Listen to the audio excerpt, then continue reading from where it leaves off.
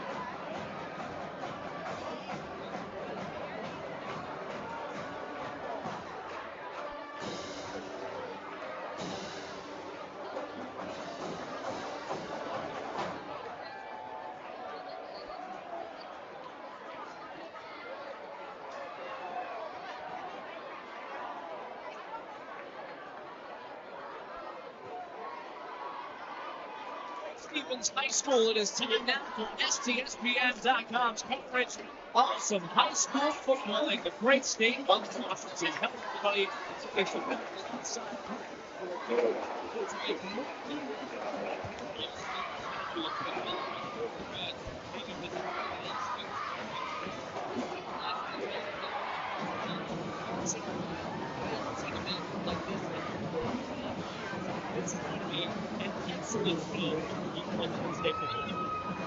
And Elvig high school football here tonight. Yeah, 13 years last year, previous state champions that have been two-time last division in this state. For the Bellevue Wolverines, they come out with a decisive week 1 victory. Meanwhile, Lake Stevens, the reigning 3A champions, an overtime loss against 8 to 12. And if they love the spring, they will buy Lake Stevens is going to be looking at Yeah, absolutely. And it was not lost last week. Let's get these to keep that game up. Lake Stevens will be kicking from right to left and on your STSPN YouTube screens. Ryan Moon is back to receive Bellevue. Kick is good. And out of bounds. And some good field position is strong for the Wolverines. And a good opportunity for Casey Carter to get the offense moving right off the rib for Bellevue. Bellevue in their white jerseys with Mays covering helmet design. Lake Stevens blacks with purple and gold trim. Bellevue gets ready to take the ball. Pace calling one of those quarterbacks that the deep ball threat is always there for him. It's not necessarily the go-to option for Bellevue, but when they want to air it out, it's always going to be Bellevue's option. Yeah, traditionally, I think it's always nice to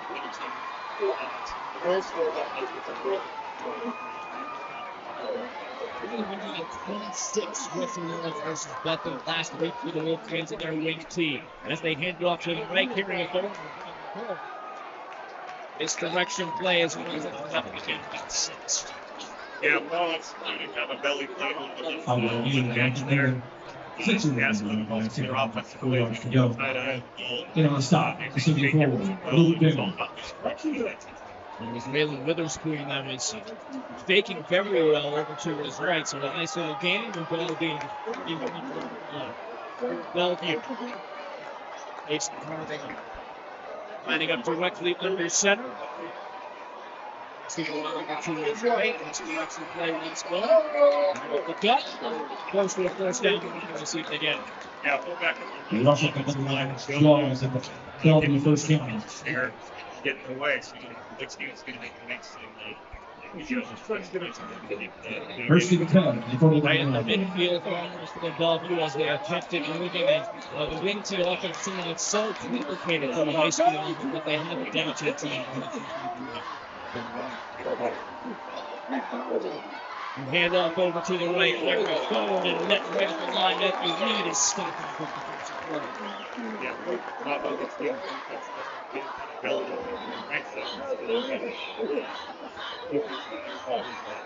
Forced his way forward, gain up to second 8.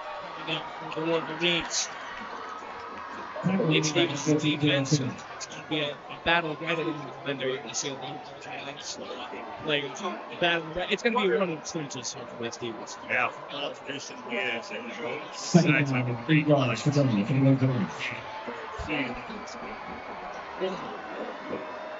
Second and 8 upcoming here for the Wolverines.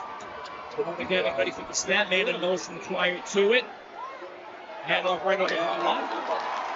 Stuck at great goal by Lake Stevens.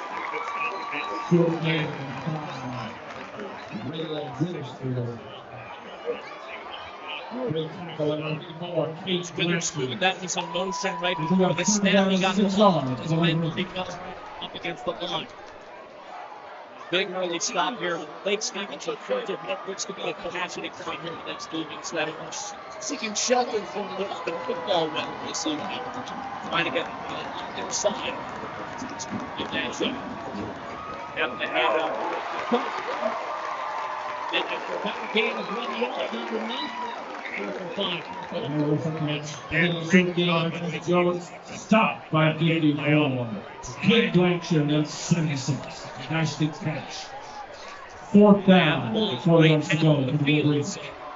With about 4 change to go for the first down. Aggressive play call right off the gut for Bellevue. Back right behind. And Wolverines goes. It's a quarterback keep. Full leg over to his right. Muzo struggling with key tackle in the backfield there for that number 21. Cutter Starcher. Viking ball. First down. It was the senior Starcher that makes the stop behind the line. An undersized linebacker on the 5'8", but he is sturdy at 185. Up big, side of it, puts the ball in the hands of the reigning Gatorade State Player of the Year, Colton Madsen, and his offense. Madsen in the shotgun, who gets the ball to start at about 38-yard line, in half of the field. 2 receivers over to his right, a handle up the gut, gain about 2. Elvig seems to have a traditional spread offense. Short game, I think, in the line. You know, stop base, that's the line. Second down, second yards to go. Ducks. Himself is turning on the heads as let it backs. In full rank. Man in motion. Madsen takes the hand up. Dishes it over to his right. Completes and runs after the catch. Looks like a first down. Just about good. Like opposing 31-yard line. It's even. He's in the 11-minute care and a basic first down. Closing down. That's Pregame. Releasing him to Igor Willow. Right side of the field. And they will move the chains. Just north of 8 minutes remaining in the first quarter. Madsen will take a trip over to the sidelines. Quarterback Blake Moser stepping. Moser, the sophomore. So he can sling it himself. Don't get to be a fortunate that Nick Stevens will have some depth at the position in football. Right. As it might go.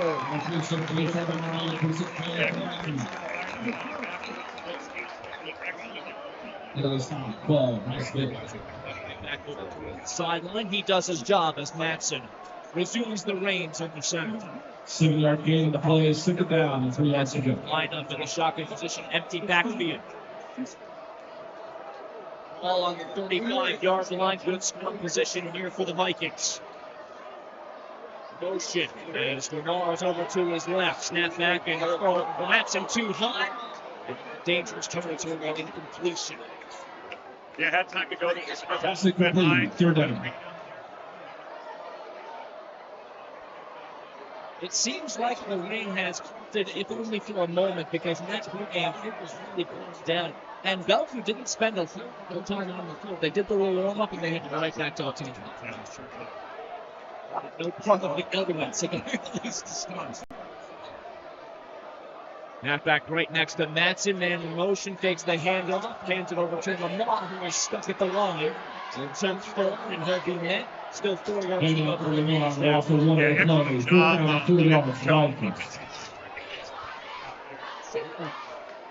And then tackle get his fair share of touches in the contest. Lamar, who is a senior, 6'1", 200 pounds, a bowling ball in the backfield, 90-foot next to Madsen.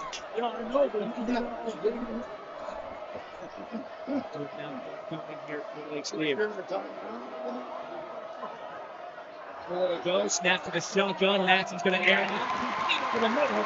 And that's it.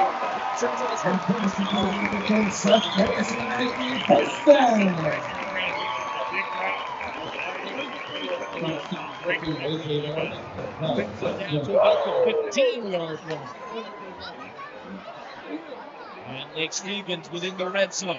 And get a fresh set of downs to work with. At first and 10 for the St. Environment. It's going to back spot it up right behind him in the pistol cinema. Bellevue. A handoff up the middle. Lamar gains a few. Brought down at about the 12. Hang on up to the Sean. Great job. Finding a Up piece the of the run. Anthony Stevens running tackle right now. right They keep now. that up to Darian Davis. quite well. Second and 5. The The Vikings. Vikings can do both. These are the two of the best teams at their respective levels. We can air it out and go middle, go inside and hand it off. It's the versatility of the play that brings to the team. 100%. Especially once you have a Another handoff as well. Forward breaks a tackle, gets it with the play. He's been on his feet. He's within five. As he barreled his way forward, Lamar. Again, great job on the We got offensive another line. Viking first down.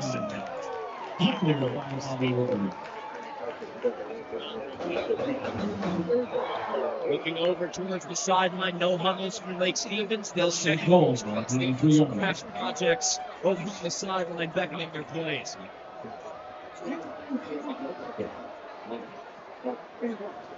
Massively back behind him, two wide receivers wide left, hands it off to Lamar. Why not? He's working so far. Gets down to the 1 yard line. And the 1 yard separating the Vikings from the scoring contest. Yeah, Bellevue did a great job recognizing. Here's no lead on the play. Second and goal Down. for the Vikings.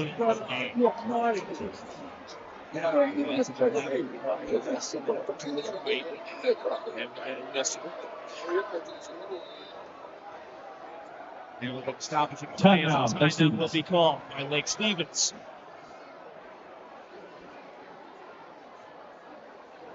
A reminder that STSPN has a new media partner, Seattle Sports.com. It also has The a school sports construction company will be on the topic. Aiming to modernize the customer students and serve our students. As the district continues to grow, that will help ensure that our facilities can keep up. Be sure to stay informed on campus and on the upcoming action. And we'll double check. Down the scenes. And a strong start for Lake Stevens coaches. The Vikings will use it.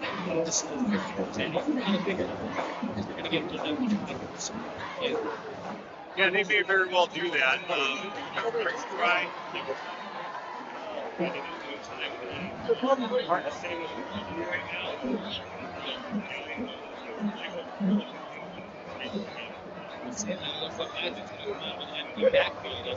See the coach trying to go for two left. 1-2 is right over by the side. They're going on the right hash for the Vikings. 3 to go for the Vikes. Snap over to Matson and runs over to his left. There's it up.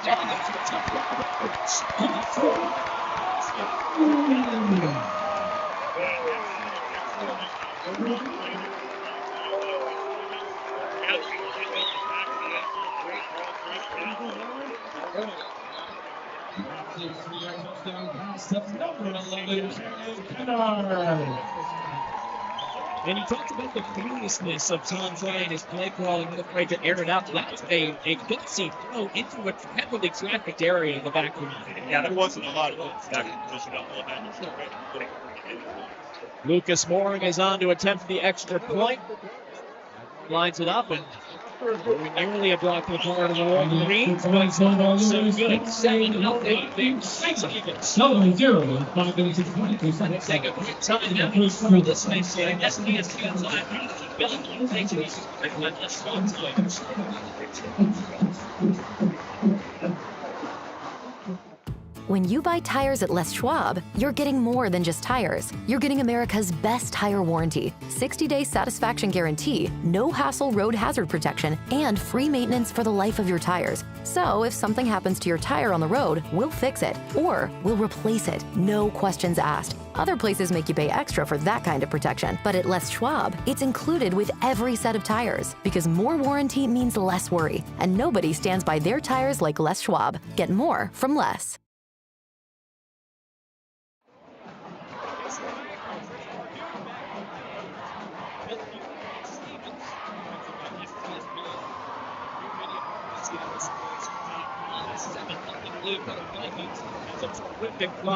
They did it in the air. Now their defense on the big snap. Yeah, like we talked about earlier, this year, play attempts to be balanced, but playful, and we've seen it past teams about 50-50 there. They'll kick it over towards the right hash mark and a lane opening up. And right down about the 30-yard line, a little bit more. 5 yards gain for the Bellevue Wolverines and a good return by Bryant Moon. I guess we're seeing the second drive here, but it makes good offense. Like 66. Keaton Brown. Last drive, but that's the First and goal for Bellevue. 33 yards. Yeah, nothing's good. They got about 20 yards in their first possession before stalling on fourth down. They have 4th and 5. It goes in 35. Opportunity for the winning team to show stuff. Quickly under center is Casey Carter. Right side of the location. Pater in front. All the way to the end zone. And Bellevue finds Pater. Max Jones. 21. Max Jones. Blast left the middle. There is a flag on the play. Out. Flag thrown at about the 32-yard line. See if the touchdown stands as the officiating crew on this tonight's referee is really good. At linesman Dan Cook, Bonjo's Leonard Busick, and back to Reed Baker. Holding offense is the call. No touchdown. It's devastating play. Yeah, big play called back. Look down field. Got Somewhere Hayden, one play. Production, legal block, I believe. Acceleration of finding an open hole and busting on a big play. Yeah. And we're going down by Marshall Place at the 42-yard line. First team top.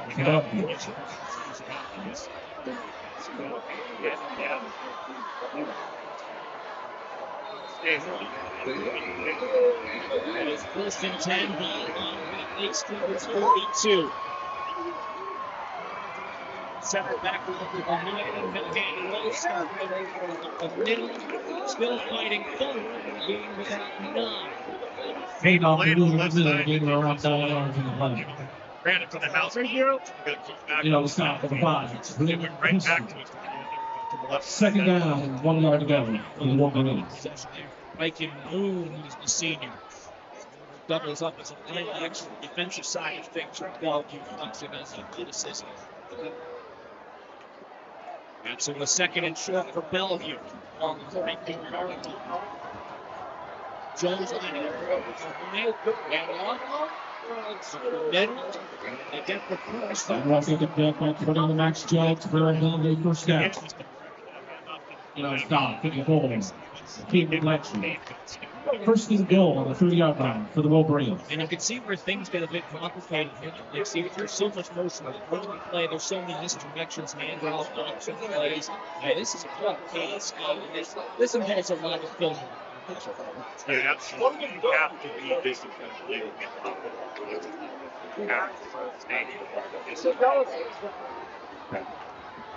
And so a new set of downs here for Bellevue. Quick hand up the middle. We're getting about third. 7 yards.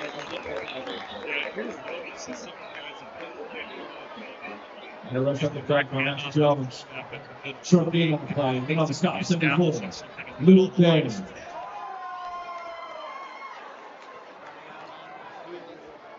Second down, 7 yards to go for the Wolverines.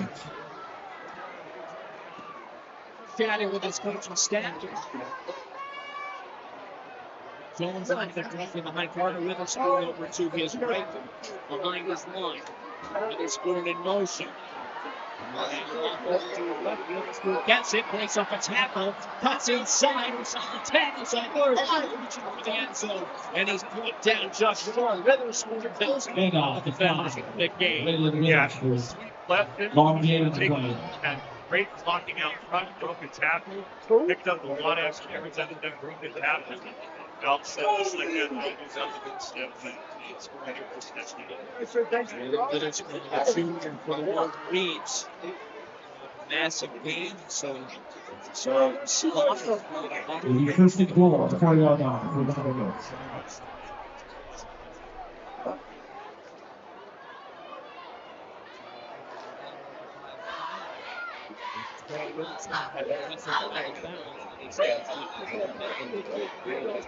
Injury time. So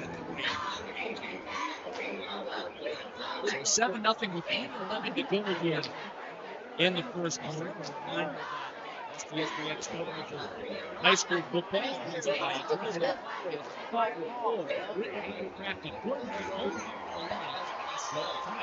But they was doing the best and association case on the side with Lake Stevens, they coached for 7 years, and it's going to come soon. They come back to the old stock numbers for some time. Yeah.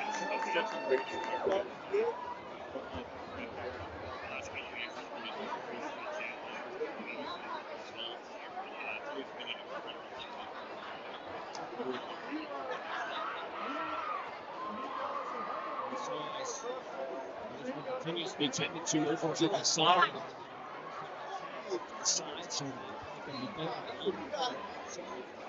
Second downs.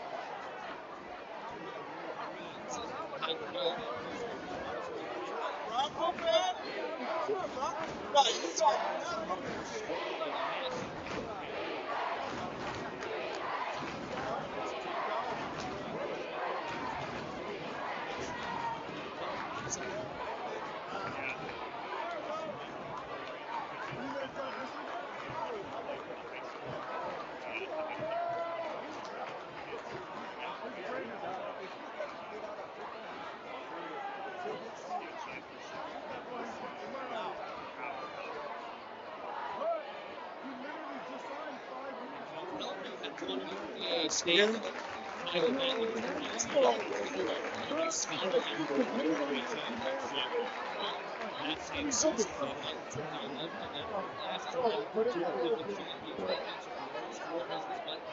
Season and the regular season. This is a series.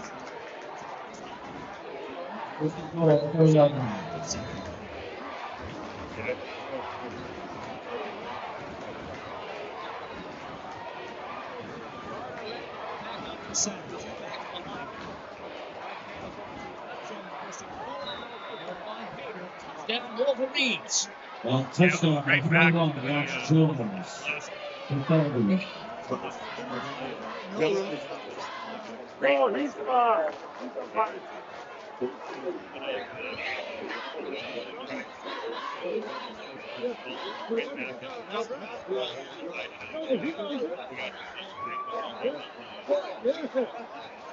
Bellevue will send out the Maddie to attempt the extra points.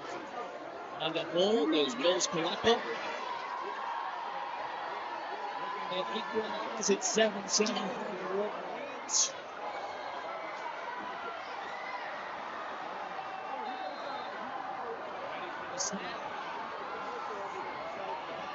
It's up. Tied at 7. Up on the sequence. 16-7. Bellevue 3 seconds left. We'll take a brief timeout. We're tied at 7. 3:06 to go in the first quarter. You're watching and listening to STSPN's coverage. For every generation, it has started with the call to serve. Discovering the purpose and the belonging earned with the title. Learning to dig deep and push through adversity together. Defending our nation and its people.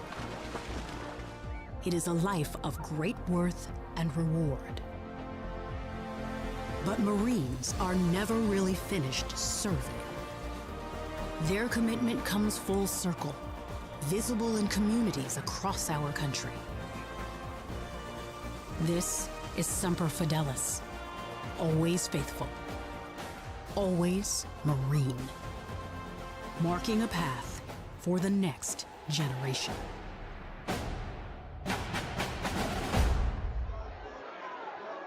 Lake Stevens High Roscoe, Casey Bryant alongside Rich Bardue as the Bellevue Wolverines answered back 10-6 remaining in the first quarter. And, of course, a great response there. And you saw Bellevue rip off some big plays, the misdirections, the ground attack. It paid big dividends there for the Wolverines.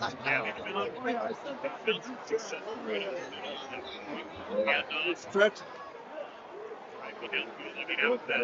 That play in the house with fullback penalty and then kept that same dive.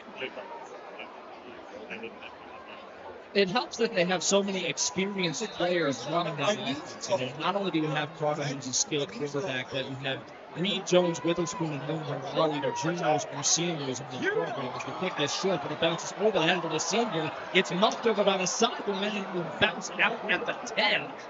And a near disaster there for Lake Stevens. You're going to get the ball pushed under of that.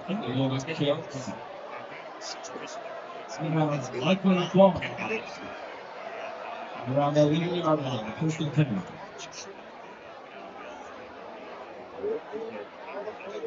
It was a backwards movement because it bounced directly over the head of the intended receiver. Fortuitous that it bounced off his chest and the right side. Yeah. And so Matson will line up in the shotgun position. He's got a long way to go. Hands it right up the middle and stuff it right at the line. He's can't going. Yeah, Bellevue's defensive line kind of controlled the scrimmage right there. First down is going to be awesome. Good stop made right at the middle of the stop. It's thrown in and goes a massive message right on the goal. He's got nose tackle. Boy, does he stand there and over top. Yeah, he is a big boy. Second to the living yards for Vikings.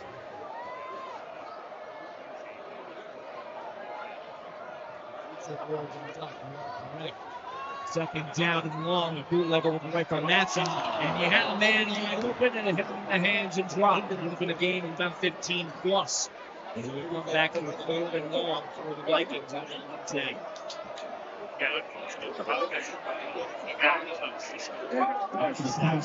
Third down and 11 yards for the Vikings.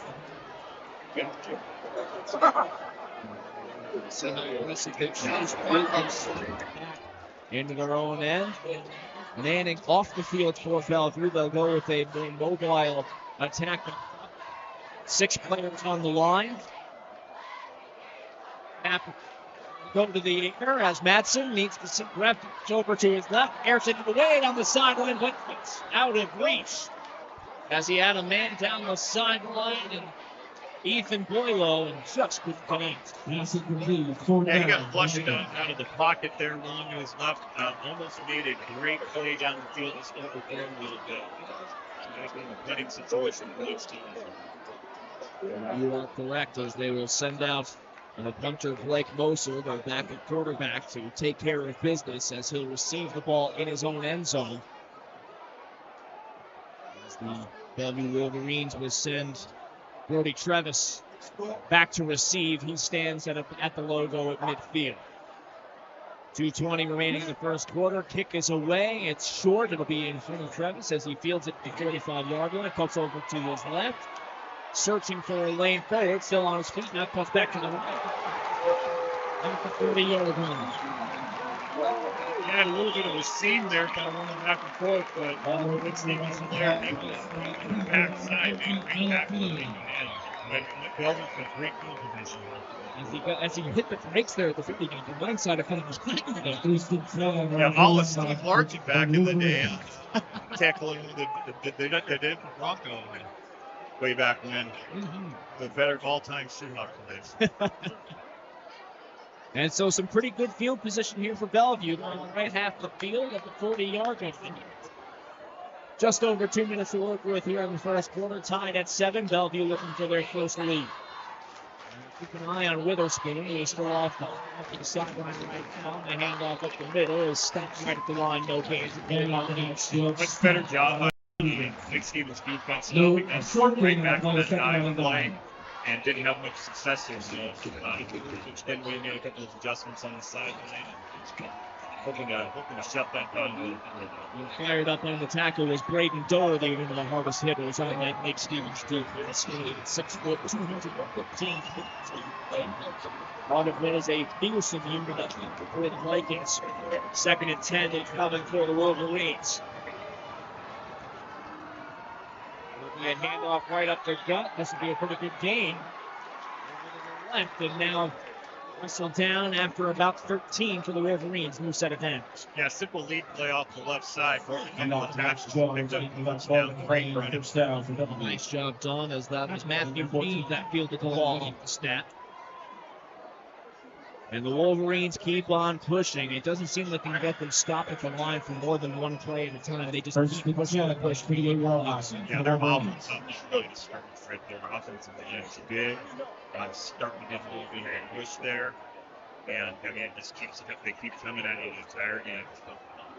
They do have some terrific protection. They do have 2 D1 commits right on their front lines as the snap is over to Matthew. Hands it off up the middle, and another good gain there by Matthew Reed, who picks up 9. Yeah, lead right that time and picked up big yards. That's 2 lead plays, one to the left, one to the right. Both times picking up, good yards. Wolverines now inside the red zone. They're at the opposing 19. Clock is ticking, 35 seconds to go in the quarter. They'll have time for probably just one more. As Bardue lines up under center, he's got a back directly behind him. He'll hand off, and reading that play perfectly was Doherty in the backfield as he jumped on top. Yeah, lead play to the right. Basically the same play 3 times in a row. Third down for the Wolverines. A terrific tackle with 10 seconds left in the quarter. It looks like the Wolverines will be content to simply let time elapse. Wolverines are knocking on the doorstep there. 9-7. One quarter here at Lake Stevens High School. Bellevue has kept the ball moving. Be sure to go visit your concession. Reminder that STSPN is the convenient link for Seattle Sports, and the presenting sponsor of all STSPN broadcasts is Les Swap Tires, presenting sponsor since 2021. We'll take a quick time out here as we flop sides of the field. You are listening to STSPN's coverage of Bellevue and Lake Stevens. Don't go anywhere.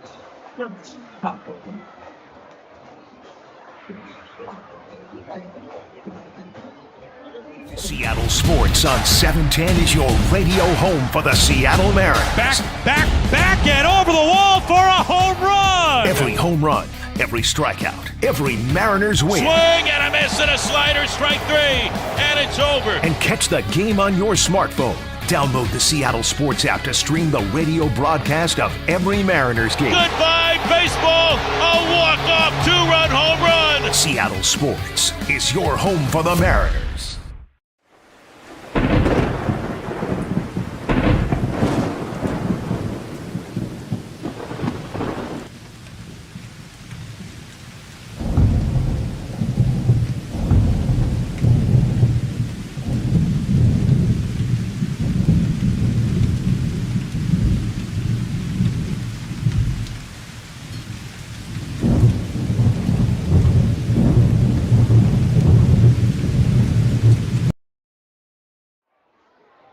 Back at Lake Stevens High School as inside the red zone of the Bellevue Wolverines, they look for a short gain and they get it. They pick up about 1 yard. And just saying, just as well to break goes on to it. Bellevue keeps on pushing. It starts up front. You've got 2 D1 commits in their all-league center and Willie Foster and your left tackle into each of the man. This is a strong offensive line that facilitates the spring team. Absolutely.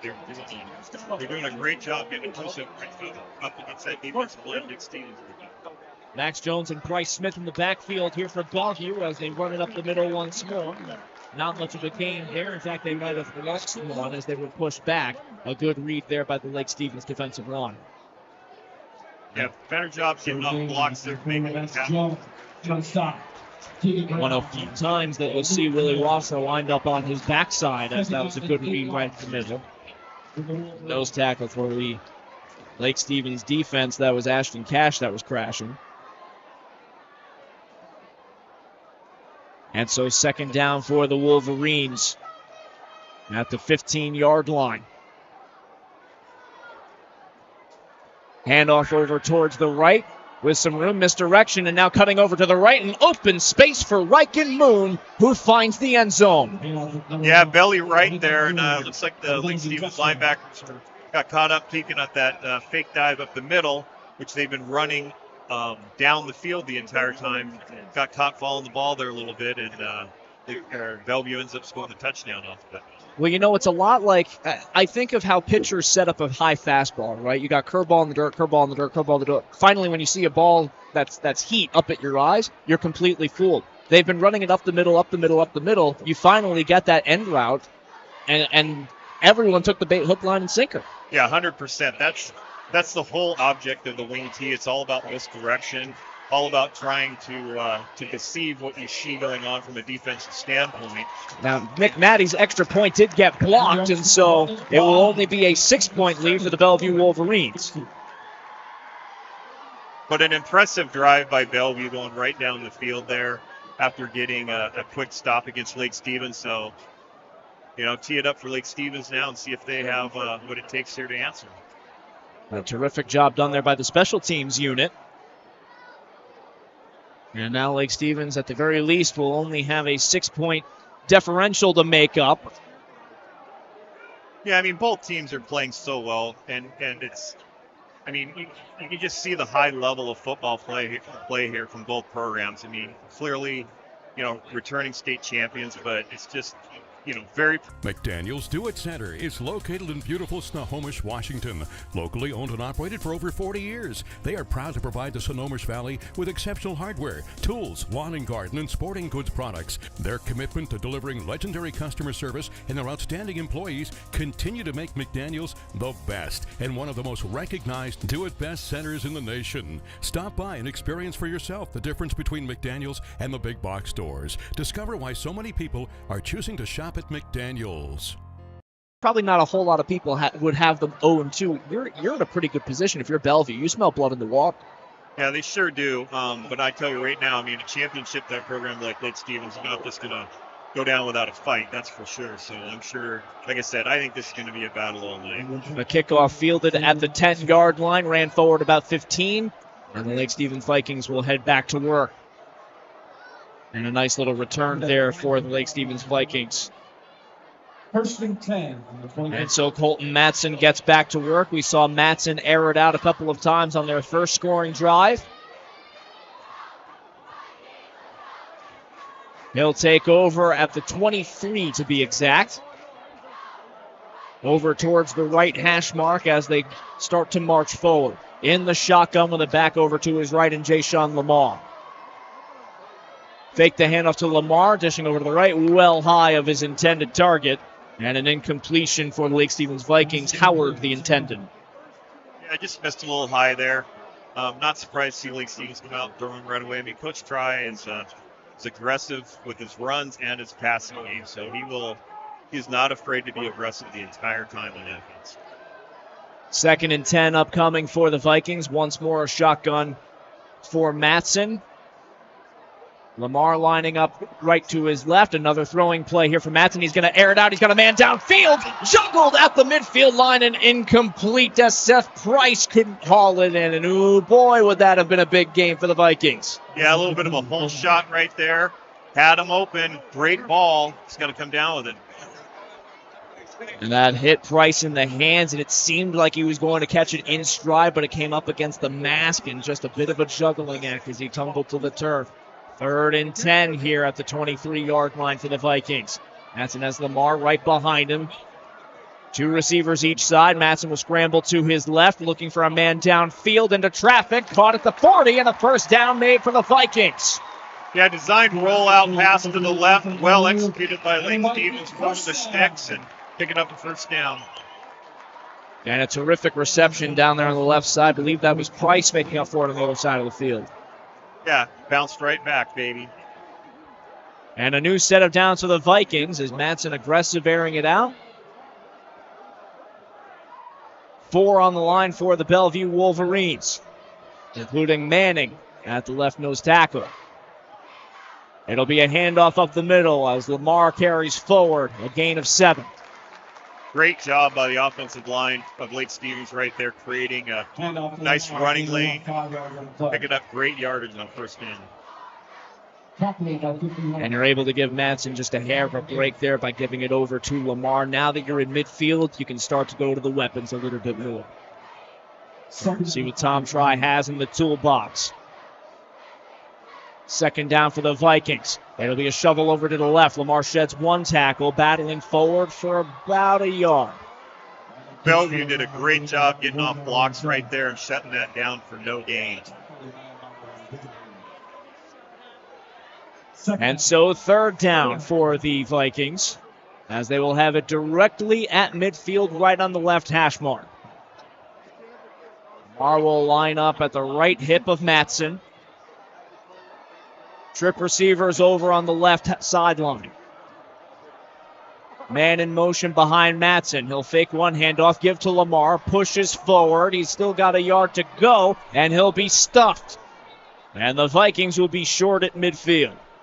That second time they've run counter trap tonight, and both times Bellevue's been in the right place to stop that.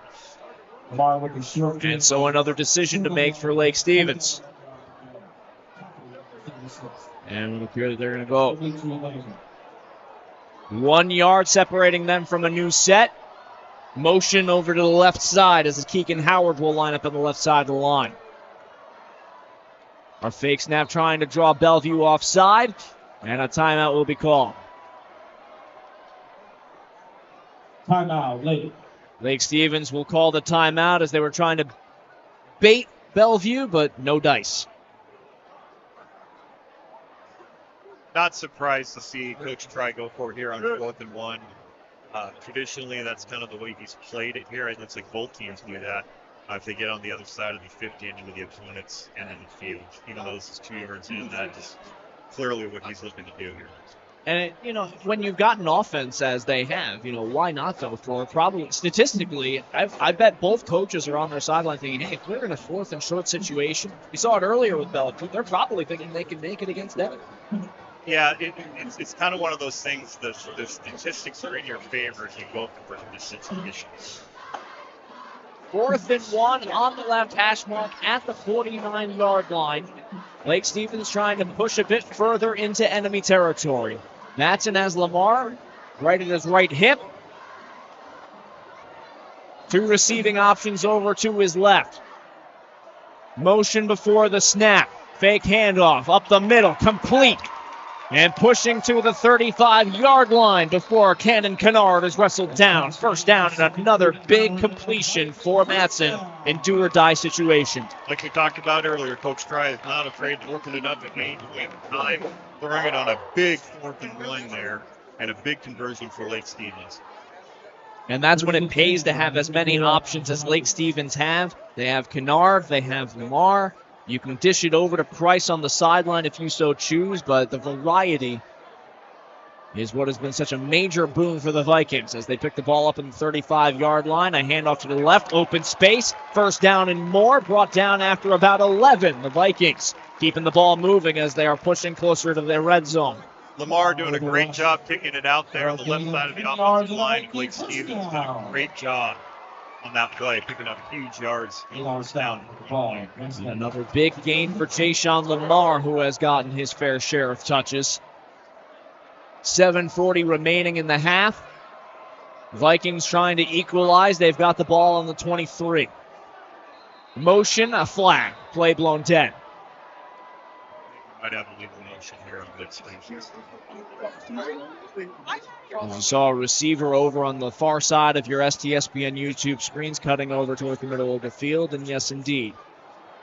A false start will be deemed against the Vikings, and will push it back 5 yards. And the Vikes will do it again. This time they're pushed back towards the 28. And 15 yards for Vikings. 1st and 15 for Lake Stevens. Madsen in his traditional shotgun. Lamar over to his right. 2 receivers lined up wide of the line. He'll dish it over to the right, complete for the tight end, rolling over towards the sideline, and he gets to the 25. And Keegan Howard lunging forward, and a flag thrown late.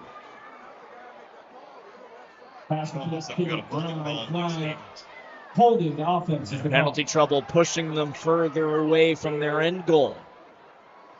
And discipline always paramount for any coach. Yeah, it's a swing pass out to the right, so one of the responsibilities on that is for the wide receivers to make blocks downfield there, and it looks like one of the Lake Stevens receivers got a little aggressive.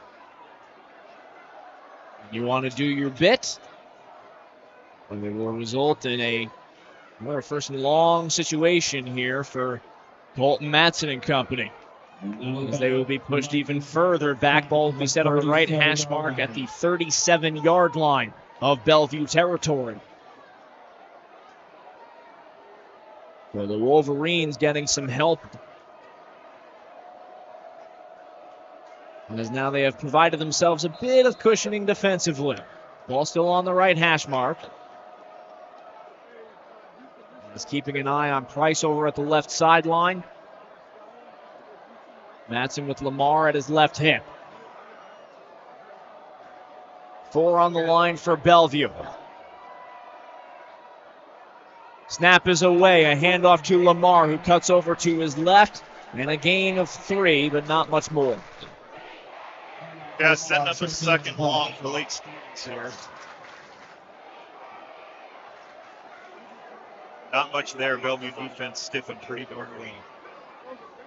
Still long to go. 22 yards on second down here for Lake Stevens.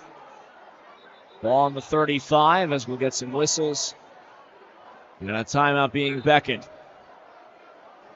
Enthusiastic Michael Knight running out onto the sideline trying to get a defensive coordination in order here for Bellevue. While we head to a timeout, we'll take a timeout ourselves. You are listening to STSPN's coverage of Bellevue and Lake Stevens. Don't go anywhere.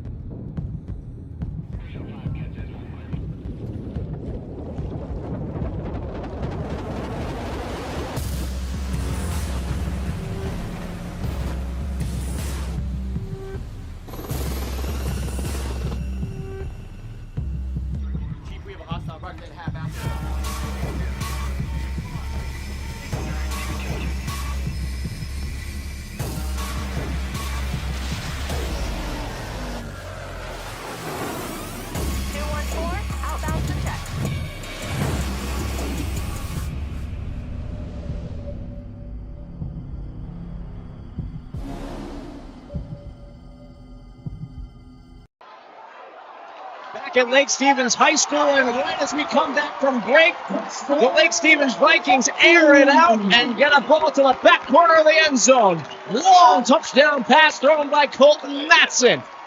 And the Vikings, facing long distance after some penalty trouble just before we went to break, get the touchdown to equalize. Yeah, designed rollout pass there. Well executed by Lake Stevens. Looked like kind of a stop and go and caught the Bellevue defender on his heels a little bit there and wide open in the end zone. And Colton Matson fired up as he runs back towards the sideline, pumping up his teammates. That is a clutch throw. 6:12 to go in the extra point to try to give the Vikings the lead. Kick is away. Kick is good. Vikings lead it 14-13. Yeah, just like that, I think we have them down, and that's how explosive the Lake Stevens offense can be at any point in time, and, during the game. So, this is just a heck of a football game. For Bellevue come out on the field here and respond. They're a championship team as well. That was a huge throw down the sideline. That's one that ball's in the air for a good 40 yards there by Matson as he hit him right towards the back pylon. Yeah, great ball by Matson. Just rolling out, buying time. Again, design rollout left and waiting for his receiver to clear, and just a perfect ball hit. When we were talking to Colton Matson at Media Day, a couple of weeks ago, one of the things that he said that he wanted to work on the most in the offseason was the mental side of the game and trying to make sure that he could be the best leader that he could be. And you can really see that in most, because that was a very poised play back there. He's trying to make sure that he can be constantly moving, constantly calm in the pocket. This is his 4th year, basically, as a starting quarterback for Lake Stevens, and he's a senior. Huge growth between junior and senior, and he won the state championship as a sophomore and as a junior, and was in the state championship game as a freshman. So not a lot's going to rattle him at the high school level at this point, I don't think. He's got quite the pedigree. As Lake Stevens will kick it off, long boot, fielded over at the 1 yard line and carried forth by Jones. A flag is thrown. Breaks a tackle, and he's got a long way to go. Only one man to beat across midfield inside the 40, inside the 30, cutting all the way to the right, trying to shed one tackle, tripped up, and he's going to make it all the way. A long run for Bryce Smith going end to end. A flag was thrown, but for now the Wolverines will celebrate. Yeah, hard to say. The flag's on the opposite side of the field of where the kickback return was going, but I think this is coming back. Now Lake Stevens is of the belief that it was a hold, and yep, that one's going to come all the way back. And in time, the Wolverines will have a scoring play erased from the scoreboard. You wanted fireworks tonight, Casey. You sure getting it. Holy cow. That was an electrifying run by the senior Bryce Smith. And inside, once he got inside the 30-yard line, he's only got about 2 defenders around him. He's got some blockers, but they were so in close proximity that you got to shake and bake your way through. And even if it's all for naught, that's still a highlight reel caliber play. Sure was. You know, there's never, as a kickoff team, if your last line of defense is your kicker, you're in trouble. Even with all the double duty that high school teams usually have to pull out. Yeah, sure was. But yeah, I mean, Bellevue's just got athletes everywhere, man. It is something to watch. I mean, they're very athletic across the board. On the lines, they're athletic. Just incredible to watch both these teams go at it. And so the ball will be at their own 22-yard line as the Bellevue Wolverines get back to work. Kason Carter lining up directly under center. He'll have Max Jones right behind him wearing number 21 and Matthew Reed to his left. A handoff and a run up the middle and a nice little gain. The Wolverines will get a first down as they carry it all the way to the 31. A nice keeper play there intended for Jones. Yeah, big, just a quick handoff to the fullback up the middle. I mean, they're not fancy, that's for sure, but boy, do they execute well. And again, they're gonna like they scored before. They'll get you to stop that, and then they'll kick one to the outside. So that's the whole intent of this offense. So it becomes kind of a mental drain, no different than your pitching analogy. Jones lining up behind Carter with Reed to his left. Another hand off the middle. Another big game for Jones as he picks up about 9. Same thing. Great job by the Bellevue offensive line on the right side there, creating that opening for him to pick up big yards on second down. So that's 2 run plays with about, almost 20 yards in offense. So Lake Stevens defense is going to have to make a little bit of an adjustment here.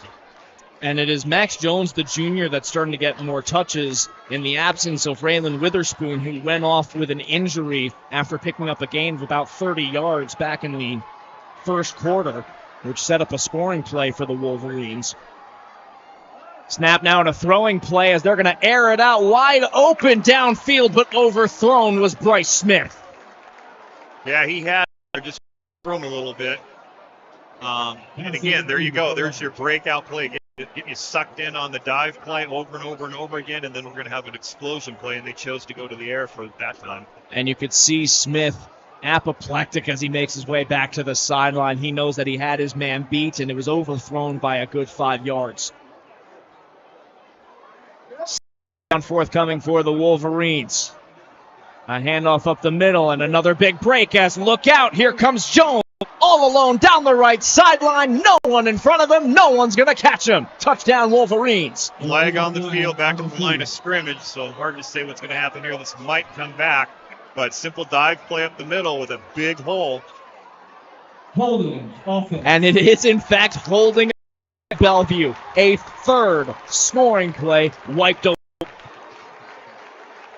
Yeah, they've had 3 big penalties on big plays tonight.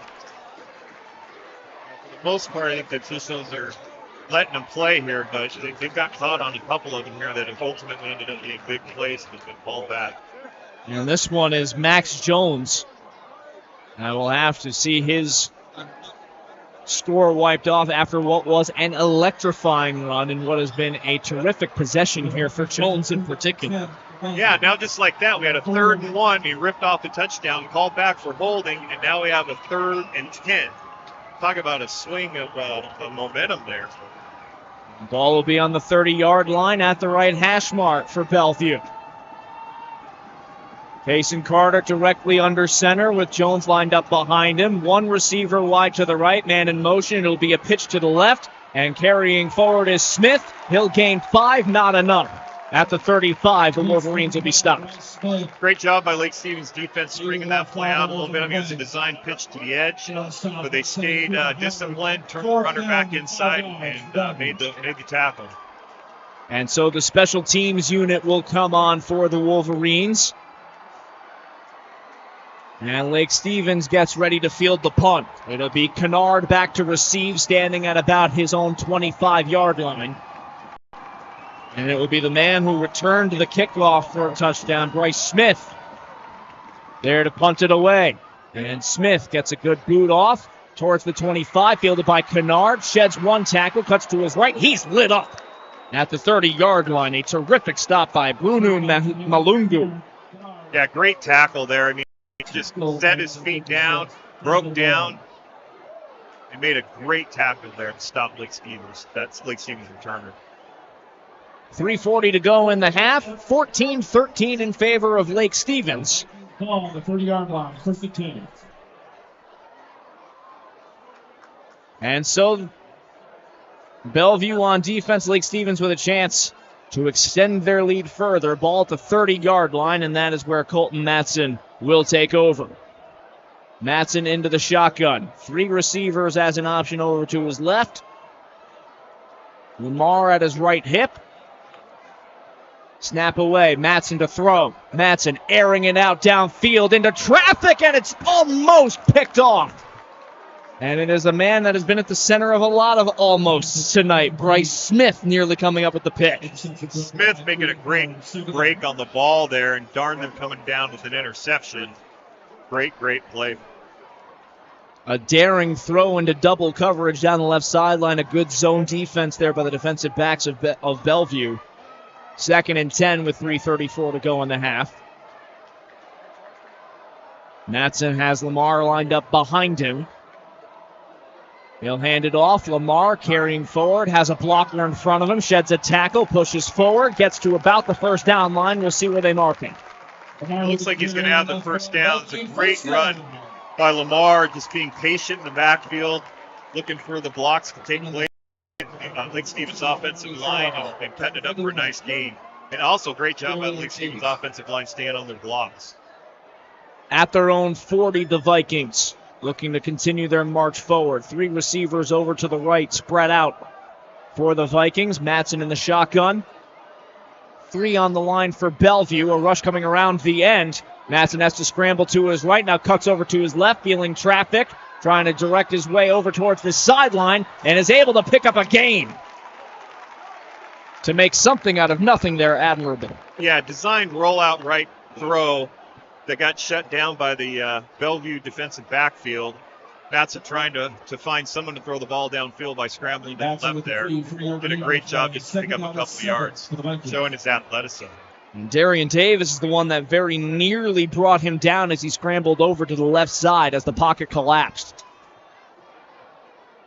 Matson's got to catch his breath a little bit here. He'll be fine. Ball on the left hash mark here for the Vikings. After a gain of 2. Now to Matson. He'll throw again. Matson has to cut over to his right to avoid traffic. Flag is thrown. Over to the right side. Pass broken up. As it was intended for his tight end, Howard, but a flag will be thrown. I think we're going to have holding on Lake Stevens' offensive line here. And this one will be coming back. Holding offense. After another throw that was intended towards Howard, with a defender right on him. It was good coverage over at that right sideline by the defensive back, A.J. Morton.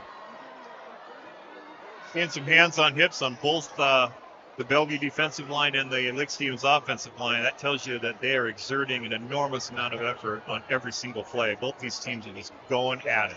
And possession's been pretty even, too, so it's not like any one side has been more dominant. It's just a matter of every play has been such high exertion level. There's no gimme plays here between these two squads. No, you got to have your A game at every snap of the ball. Empty backfield here from Madsen as he's got 5 receivers out. Madsen, quick slant over the middle, juggled by Howard, incomplete. Yeah, he had him there. Howard just couldn't grab onto the ball there. So bringing up a 3rd and long. Third down. And it was a bullet right at the knees for Howard as he was trying to cut over the middle, trying to catch it over his left shoulder. And so we have 3rd down, 17 to go here for the Vikings. Ball on their own 32-yard line. Lamar lining up to the right of Madsen in the gun. 4 receivers out for the Vikings. Bellevue will show blitz, then edge off. Madsen to throw in the pocket over to the left. He's got a man complete at the 50. Gain of 10 more, still in bounds. He's at the 30. Gets around a defender to the 20, to the 10. Pushed out of bounds. They'll mark him down at the 16. And a massive gain on the left line at Price. Yeah, motioning out. Lamar. I think that was Lamar motioning out of the backfield and basically running a wheel route down the sideline there.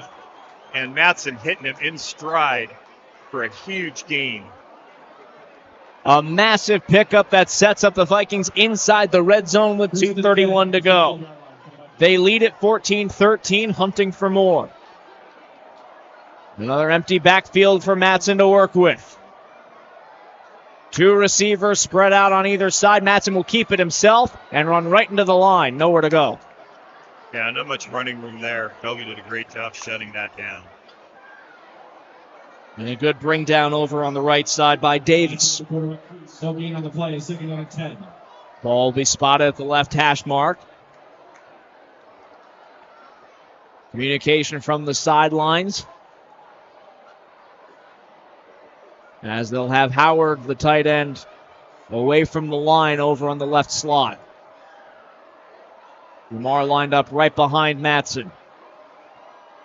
2nd and 10 for the Vikings. Madsen to throw. He runs over to his right. He's got options in the end zone, airing it out. He'll throw over everybody as nobody open. Wasn't anywhere to go with the ball there. Bellevue doing a great job covering all the Lake Stevens receivers. Boy, look at the size of Manning there for Bellevue. He does, doesn't he? Yeah, he is a big boy. You know, and it's tough. I mean, he's played solid the entire game, you know, both ways. It's just, yeah, they're like I said, 2 heavyweights going at it tonight. It's taxing. And it was good coverage there by Bryce Smith and A.J. Morton shutting down the right side of the field. Madsen to throw once more. He cuts over to his right on the run. Into the hands, juggled for a moment, and incomplete. As he had a man at the right hash marks as it was juggled and lost. And that time, that was Seth Price, who will agitatedly make his way back towards the sideline. Yeah, Price had a Bellevue defender right on him there. Couldn't quite hang on to the ball, so sets up, it's like a field goal attempt here for Lake Stevens. And it will be Lucas Mooring on to attempt. 1:39 to go in the half. Vikings trying to make it a 4-point lead. Ball on the left hash mark. And it'll be held at the 23-yard line. Snap is good. Kick is up. And it's got plenty of leg, but no good. No good. And that misses wide as Lake Stevens denied a scoring opportunity, and the Wolverines will get the ball with 90 seconds left. Well, we will take over our possession. And that's critical because now if you get all you got to do is get into field goal range now if you're Bellevue to get a lead. Yeah, Bellevue here, like I said, traditionally running the ball. They might, with 90 seconds left here, they might see the ball go in the air a couple of times. I know they're going to try to score. They're definitely going to try to get the ball in the end zone for halftime. And so a setup now for the wing T and the Wolverines. They will have to operate quickly and perhaps abnormally to their usual schedule as Jones runs forward and gains 6. And we'll see how quickly and how dangerously they want to work. Yeah, another run up the middle. Probably setting up some sort of big play coming here from Bellevue. You've got Reed, you've got Jones lining up right behind Carta. No change in formation. As you've got 4 on the line for Lake Stevens. Faking the handoff over to the left. They'll give it to Reed as he is stuck at the 30. Excuse me, that was Reichen Moon that got the hand and ahead. So the Wolverines will get themselves a first down out of it, I believe. Yeah, fake lead, then a sweep to the left side of the line. Great blocking by Bellevue there to pick up the first down. 56.7 to go, but still a long ways. Timeout. We'll have a timeout called by Bellevue as they will go over their offensive schematics. We'll take a quick break. You're listening to STSPN's coverage of Bellevue and Lake Stevens by Schwab Tires. In 1934, Bickford Ford opened doors in Snohomish, Washington, and they've been an active part of the community ever since. So when you're looking for a new Ford truck, SUV, or hybrid, or if you want to take advantage of your current car's value, start at the place you can trust, the one that's been around for 89 years and is Western Washington's #1 volume Ford dealership. Family-owned Bickford Ford on Bickford Avenue in Snohomish or online at bickford.net.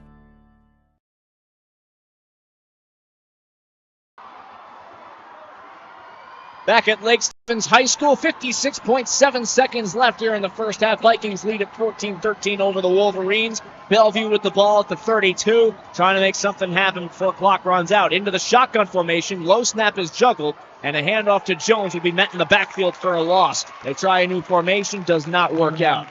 Yeah, trying to do another quick hitter up the middle there, and Lake Stevens defense did a great job shutting that down. And it was a low snap from Carta. Into the hands of Carta, I should say, out of the hands of Willie Washer. And so with 35 seconds left, Bellevue will slow it down. And it looks like they will perhaps try one last-ditch effort. Keep it perhaps a bit conservative. 25 seconds left, man in motion. That's Smith over to the far right. And they'll look to throw. It's to scramble over to the right. And they've got Smith open downfield, and it's just through his hands with 15 seconds left. Knew they were going to take a shot at some point in time here with the position of the clock winding down. Great ball, just a little bit out of the seat. And they played that exactly how they would want to, where the body language seemed like they were going to shut it down for the half, but that's all part of the misdirect. The mind games start even in the huddle. They sure do, but both these programs are, I don't think the foot's coming off the pedal all night. Ball on the 28-yard line. There is 15.3 seconds left. Wolverines trailing Lake Stevens by 1. The crowd begins to make some noise. Directly under center is Massey, and a false start will be coming against the Bellevue Wolverines, as that was Moon that jumped early. False start. Okay. And this will push the Wolverines even further back at 13.7 seconds left.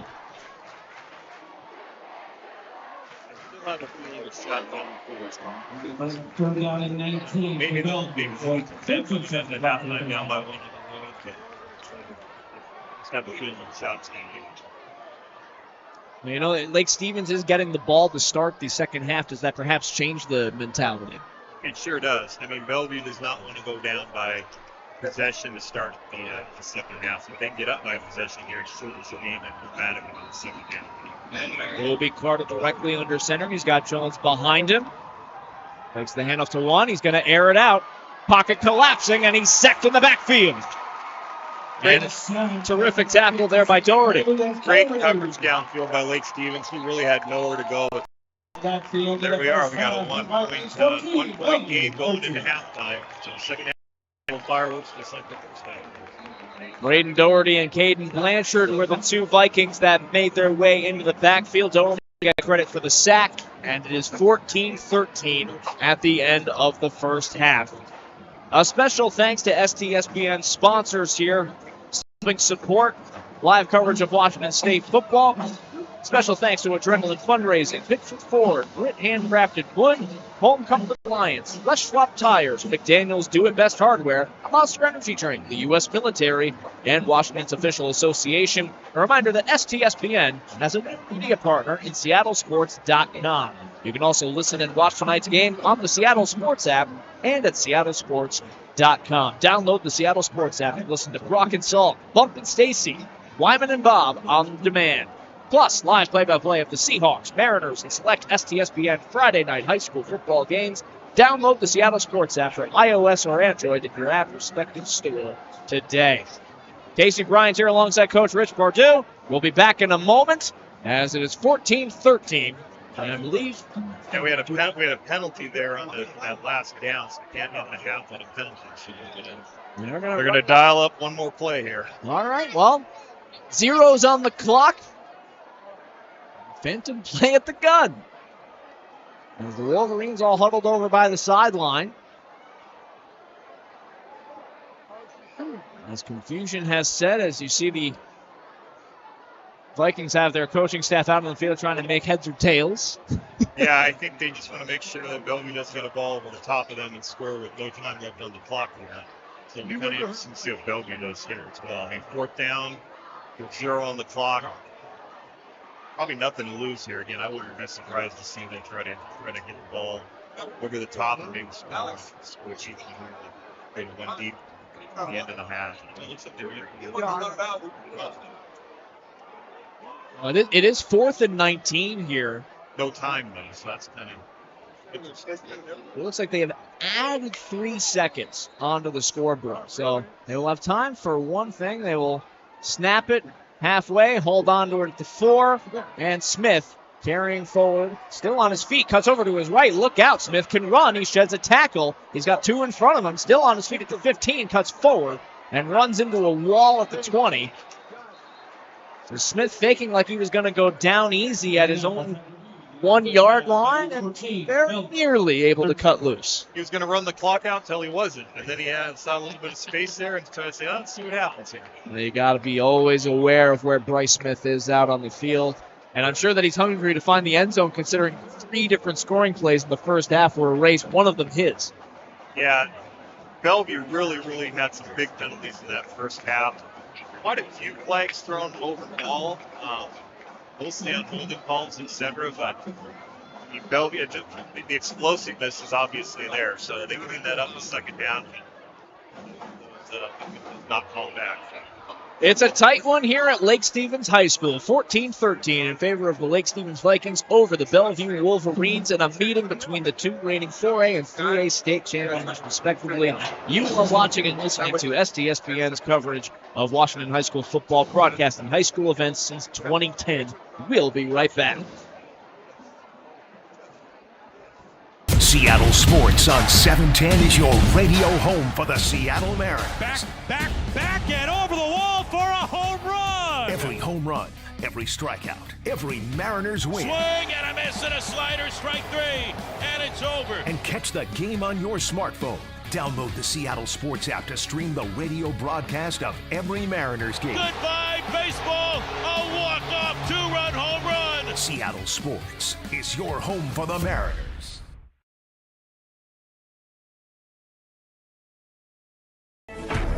SWCC is an acronym, and it stands for Special Warfare Combatant Craft Crewman. You know, you can stand across from the guy and say, you know what, he's got your back, and you know that's the guy you're counting on. If something goes wrong, he's going to be there.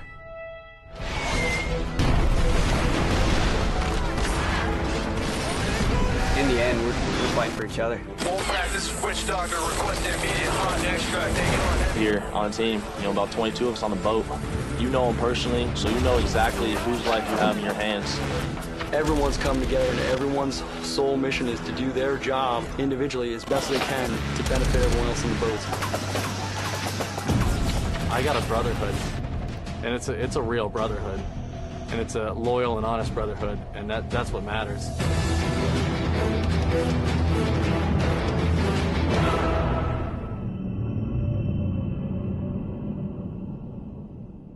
Hey there, laddie. Do you have a fallen tree or a forgotten log? Do you have some old wood planks that'll have a story you'd like to tell? Great. They'll mill it, prepare it, and finish the wood for your unique project. Let them take your storied old wood and turn it into a world-class piece of art. Grit, handcrafted, is something that will be treasured for a lifetime.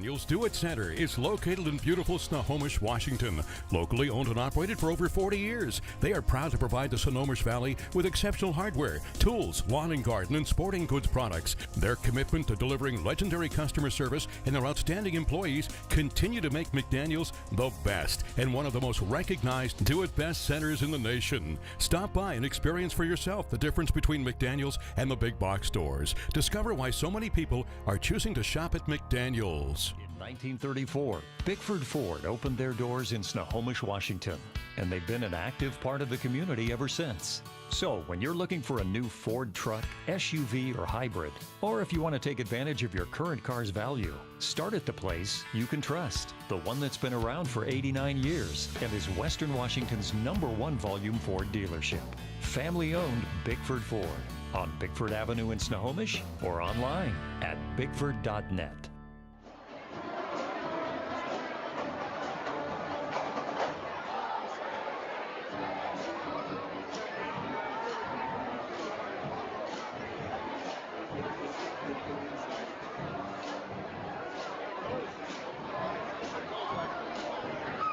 You have to look up and back to see it.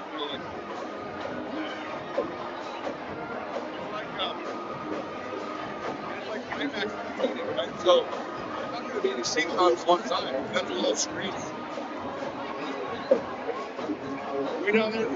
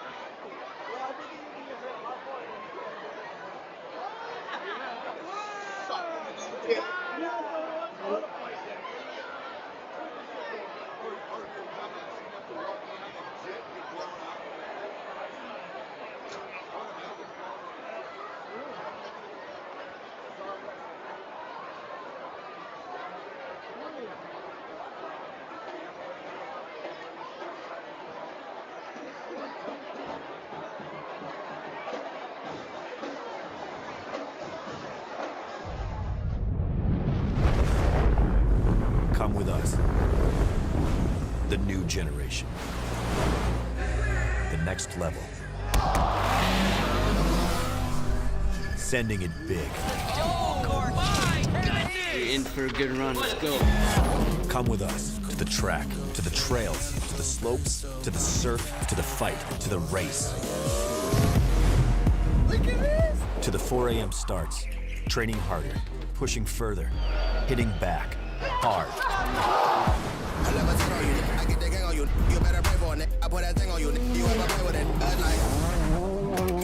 To the fans, to the followers, and the haters. Come with us to the blood, to the sweat, and the broken bones. You rehab. We never quit. We never give up. We take control. To the world titles. To the world's first. The world's best. Come with us. We're just getting started. It's going to be so much fun. I promise you.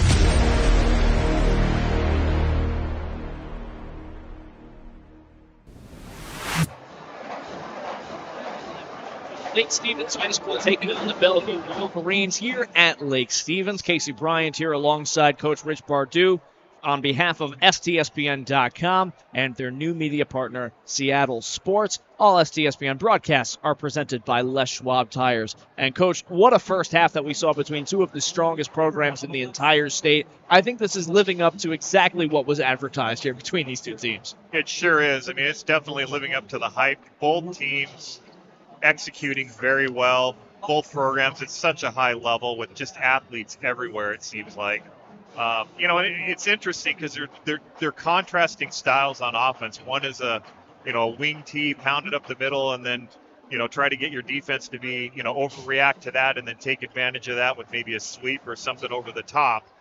And then you've got Lake Stevens that's just simply a wide open spread team that, again, you're fearful of the ball going over the top, but we're going to run the ball down your throat as well. So, I mean, you're seeing why both these teams, respectively won their state titles last year at each classification. I mean, they just appear to be on that path again this year. They're both very, very well coached, and both teams are just loaded with athletes. I think the fun thing is that you can very much so tell that these are two incredibly coached teams. Like, their offensive structures, they are known forwards and backwards. There's great versatility within their plays, but also they're letting the individual shine within these systems. Let's start with Bellevue here to start, because we were just talking about it off air. They've got some terrific runners. Number 21, Max Jones. Number 3, Matthew Reed. You give them the ball up the middle, it doesn't matter how many misdirections, they haven't been able to bring them down really without giving up a loss of 5. Yeah, the coaching, becomes a big factor in that as you go out. I mean, they're obviously both good athletes, but they keep their feet moving, they keep their pad level low. That makes them hard to bring down to the ground. And then you compound that with just, great offensive line play by Bellevue.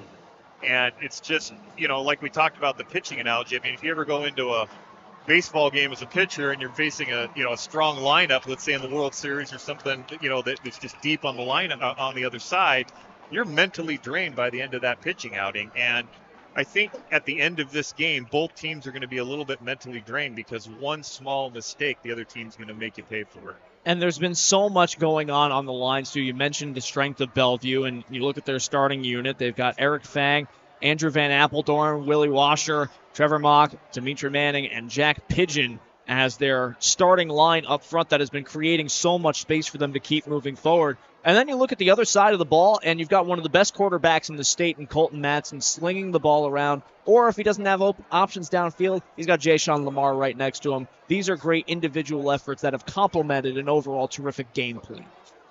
It sure is. And like I said, I mean, both teams are just loaded with athletes. And, Lake Stevens' offensive line is obviously giving Madsen time to throw and Lamar lanes to run through. So it's, it's just two, like I said, two heavyweight champions just absolutely going at it. And this game is certainly living up to the billing. Now, Lake Stevens was able to survive a last-second push there at the end of the first half because Bellevue did take their shots down to the end zone, and they very nearly had a couple of big scoring plays that were available to them in the final seconds, but they were able to fend it off. Now they're going to get the ball back to start the second half here. You have a 1-point lead. What are you expecting out of Tom Try's unit as they come out of the first half? Well, this first drive becomes very important to set the tone in the second half. I mean, the offense for Lake Stevens, obviously their goal is going to go down to score, but then it also puts you up by potentially 8 points and puts Bellevue kind of on their heels a little bit. So it's a big opportunity to create a little bit of space for Lake Stevens. On the flip side, Bellevue wants to keep this as a 1-point game and does not want to go down 8 for sure, which is a touchdown and a 2-point conversion. So they're going to stiffen here. I mean, both teams, I'm sure, made some tweaks, some adjustments during halftime here. So it'll be interesting to see how that plays out in the second half. But both these teams are so well coached that, I just, like I said, I expect this to be a tight game until the finish. Lake Stevens did miss a field goal with 1.5 minutes left at the end of the first half, but also looking back on that first half, how large does that blocked extra point loom now? Because that's been the difference in this game so far on the scoreboard.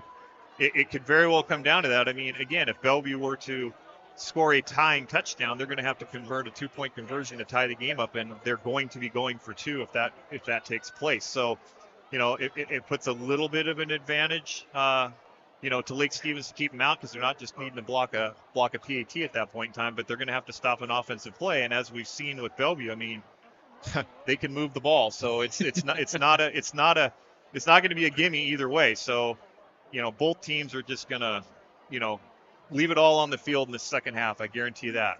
And we haven't seen a single 3-and-out really for this entire first half. Every single time these teams got the ball, they were able to pick up at least 1 first down, which I think is the most impressive thing about this entire first half is that it's the length of time that you're forcing the opposing defenses. You touched on it towards the end of the second quarter. Everyone on the field was hunched over, hands on hips. The body language was that of people that were trying to resiliently push on forward. That was an exhausting half, and there's still so much football left. It sure was an exhausting half. And, yeah, they both these teams have a lot of pride. Lake Stevens has beaten Bellevue the last 2 years, and I know Bellevue wants to get one under their belt here tonight. So it's going to be a fight to the end. Okayama and Kennard back to receive for Lake Stevens. Bellevue will kick off left to right on your screen. Bellevue getting ready to kick it away.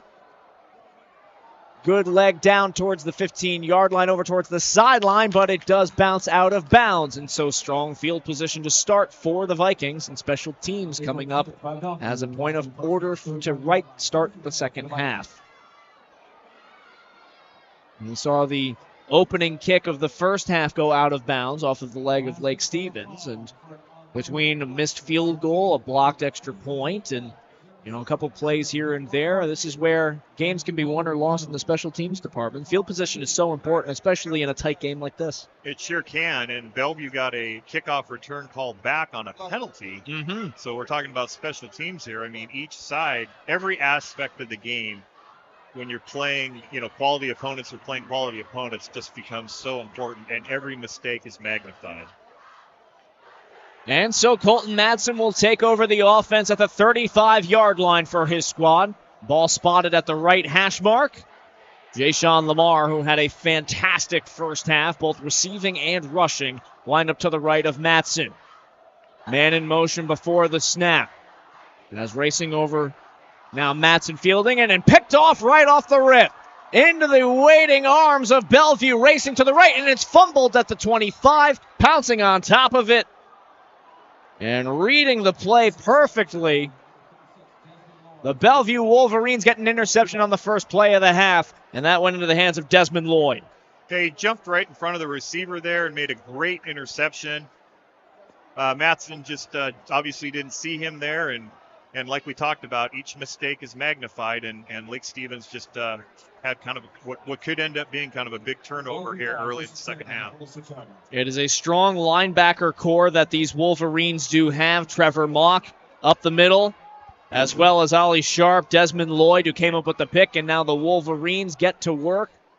And a gain of 3 to start things off, and they'll bring it to the 23-yard line. And we talk about the importance of field position. Now it's terrific field position for the first offensive sequence of the second half for Bellevue. Yeah, Bellevue gets great field position on the turnover, and if they pop this in, the momentum's going to be swung in their favor here in the second half quickly. 2nd down and 7. Quick snap, handoff over to the right up the middle, and a big gain, and a gain of about 14 for the Wolverines as they bring it to about the 11-yard line. We'll see where they spot it. Looks like right around the 11. Yeah, hard running downhill on the dive play up the middle there with Jones.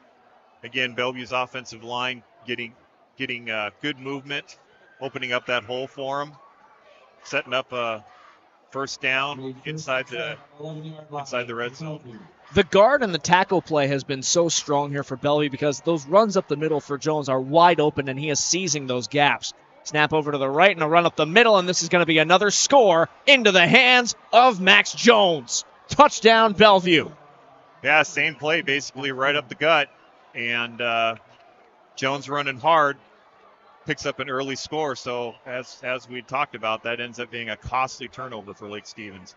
A team that is nasty in the trenches continues to ground and pound as the Bellevue Wolverines have reclaimed the lead. It is 19-14, just a minute and 7 seconds into the second half. The pick leads to the score, and they will go for 2.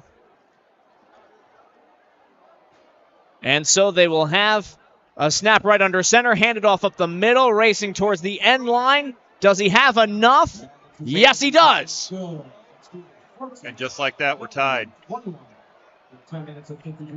And the Wolverines just able to, by a matter of inches, punch it over the line. And so it is a 7-point advantage for the Wolverines, and that is huge to extend that lead. So now, again, the extra point making a big difference. They make up for that early miscue, and all is right. Yeah, sorry about that. Got a little confused there on the score there. No, you're good. But, yeah, they went for 2 anyway to put them up by 7. So we've got a 1-possession game. Lake Stevens with their second possession of the second half here. Now their backs are against the wall a little bit. It's the corrections from the first, right? Because we talked about the extra point. It's going to loom large. They make up for it. They get the defensive turnover that they needed. Those plays at the end of the first half, all of a sudden, the desperation doesn't seem as warranted now because you get the interception right off the gun. That's football in a nutshell, those momentum swings. Yeah, huge momentum swing towards Bellevue quickly in the second half. So Lake Stevens is going to have to find a way to get that momentum back then. Bryson Kennard back to field the kickoff for the Vikings. Kicking it away is Trerin. It will land at the 10-yard line, picked up by Lake Stevens, racing forward with a bit of a hole up to the 25-yard line. And back to work go the Vikings. And around the 26-yard line. Vikings ball, first and 10. And a good little spark of a rush for the Vikings. And the first play from scrimmage for the Vikings in the second half was a pick over the middle. A rare mistake from Colton Madsen, who doesn't give too many balls away over the course of any game. Yeah, it happens. I mean, when you're throwing the ball, it's hard to see sometimes. And Bellevue honestly made a great play there. So they'll put him right back on the horse because he's got an empty backfield to start. Man in motion. And it'll be a handoff play as Price cuts over on the end around route. He's got some space. He's got 10 and more as he pushes for a gain of 12. Gets to the 39-yard line, and a good run there for the Vikings. Yeah, a little reception coming from Lake Stevens there with a quick pitch going back the other way. Coach Try obviously trying to get his team calm down here a little bit, build a little bit of confidence, and just it's got to be one play at a time here in the second half for him. It was another good job by Jayshon Lamar, who was the one in motion, but he's drawing all the attention, allowing a plenty of space for Seth Price to seize the opposite side of the field. First down for the Lake Stevens Vikings on the 38-yard line. High snap is juggled. Retained possession, throw over to the left towards the ground. They will say it's complete. A gain of 2 for Lake Stevens. Great job by Matson there, keeping his composure on a high snap and completing the ball with pressure in his face. Pretty impressive. That one came over his head, and he was still able to turn all the way around and find an open man. You've got those emergency out routes in case you need them. That's right, yeah. Break glass in case of emergency? Emergency. In the pistol, they'll hand it off to the left. A gain of 2 before running into the pile. Still fighting his way forward is Lamar, and he'll push his way for a couple extra yards. He's still fighting. He's carrying it over. The whistle blows. He had pushed all the way towards the first down, but we'll see where they mark him as the whistle had blown prematurely. Lamar there really wasn't anywhere to go. Bellevue had him wrapped up. He just kept his feet moving and would not go down. The senior leadership there. That is bully ball from Jayshon Lamar as he forced his way up the middle. And just when they thought he had reached a wall, he kept on pushing. And so it only winds up being a gain of about 5 for Lake Stevens. It is 3rd and 2. 3 minutes gone by here in the third quarter. Lake Stevens trailing by a touchdown. Empty backfield, 3 receivers to the left for Matson, 2 to his right. Man in motion is Price. He'll cut over to the right side of the field. Matson drops back to throw. He's got a man over the middle. He completes. It'll get the first down as Cannon Kennard on the reception. Yeah, quick crossing route over the middle underneath the line. Great completion, moving the sticks. And, he had those 4 options or so that were cutting downfield. It's the slant route right over the middle for Kennard. And a fresh set of downs right smack dab in the center of the field. Once more an empty backfield, 3 receivers to the left for Matson. Matson ready, drops back to throw. Pushes over towards his right. Traffic oncoming for Price, and a terrific breakup on the play by A.J. Morton. Yeah, Morton broke on that ball very, very well and early. Almost was there in time for a pick, so kind of fortunate that we didn't have another interception there. So here, dial up another play here for Lake Stevens. They have tried Morton a couple of times on that right side of the field. The junior D-back has been sensational in the first half. He's shut down a lot of big plays. Yeah, played very, very well. Matson once more by himself as he's got Jayshon Lamar lining up. Looks like on the left slot. Now he's in motion as Lamar comes over towards the right side of the field. Dropping back to throw once more. Matson scrambling to his left. He's going to air it out. He's got a man downfield into traffic again. Picked off at the 10-yard line. Huge interception for Bellevue. Yeah. And returning to the sideline there on the pick is Kiego Oyagi, if we can get that correct. Yeah, Matson threw it into double coverage there, trying to hit the post down the middle. It just wasn't there. Bellevue had defenders all over it. So another turnover from the second half here on Lake Stevens, and Bellevue getting another offensive try here. It was Kigo Aoyagi on the coverage down over the middle of the field. A daring throw by Matson, second time this quarter that he has been picked off. Now it does punt the Bellevue Wolverines all the way down to their own 10-yard line. And a handoff up the middle will get a gain of about 4 for the Wolverines. Handing the ball off to Jones again on a quick hitter up the middle and picking up, 4 yards there on first down. Solid gain. And it just keeps the ball pushing forward, trying to bump and grind their way up the middle inch by inch. And you see the way that they have ground down the defense has opened up these big plays. You start them off small, and then you get them ready to rip off the big one. Yeah, that really is what they try to do. Just get you kind of looking inside, then take advantage of outside. And if they're picking up 3-4 yards up the middle, they don't need to go to the big play to the outside. They'll just keep doing that until you stop it. Now hobbling over to the sidelines, we do have a downed Lake Stevens player, as it was Braden Doherty, one of their leaders on defense, who couldn't put hardly any pressure on a right knee, and the training staff will be called over. And so Nathan Nippert will hop out onto the field to replace on the defensive line. Under center is Kason Carter. A 3rd and 1 situation. They get it up the middle, and they'll get the first down plus 2. Ball to the 22-yard line. Yeah, offensive line of Bellevue is, again, doing a great job getting a good push. You got 2 D1 guys there on their offensive line, and they're just starting to push, get the holes that they need to have success with that quick hitter up the middle.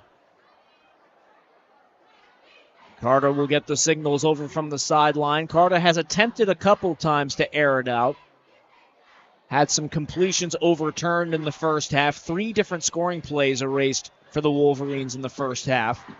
And Carter hasn't been tasked to use his arm too much, and he won't on this play, as that's an end around route over to the left, breaking a tackle and breaking free with some open space to the 45-yard line, and a terrific rush by Riken Moon to the left side.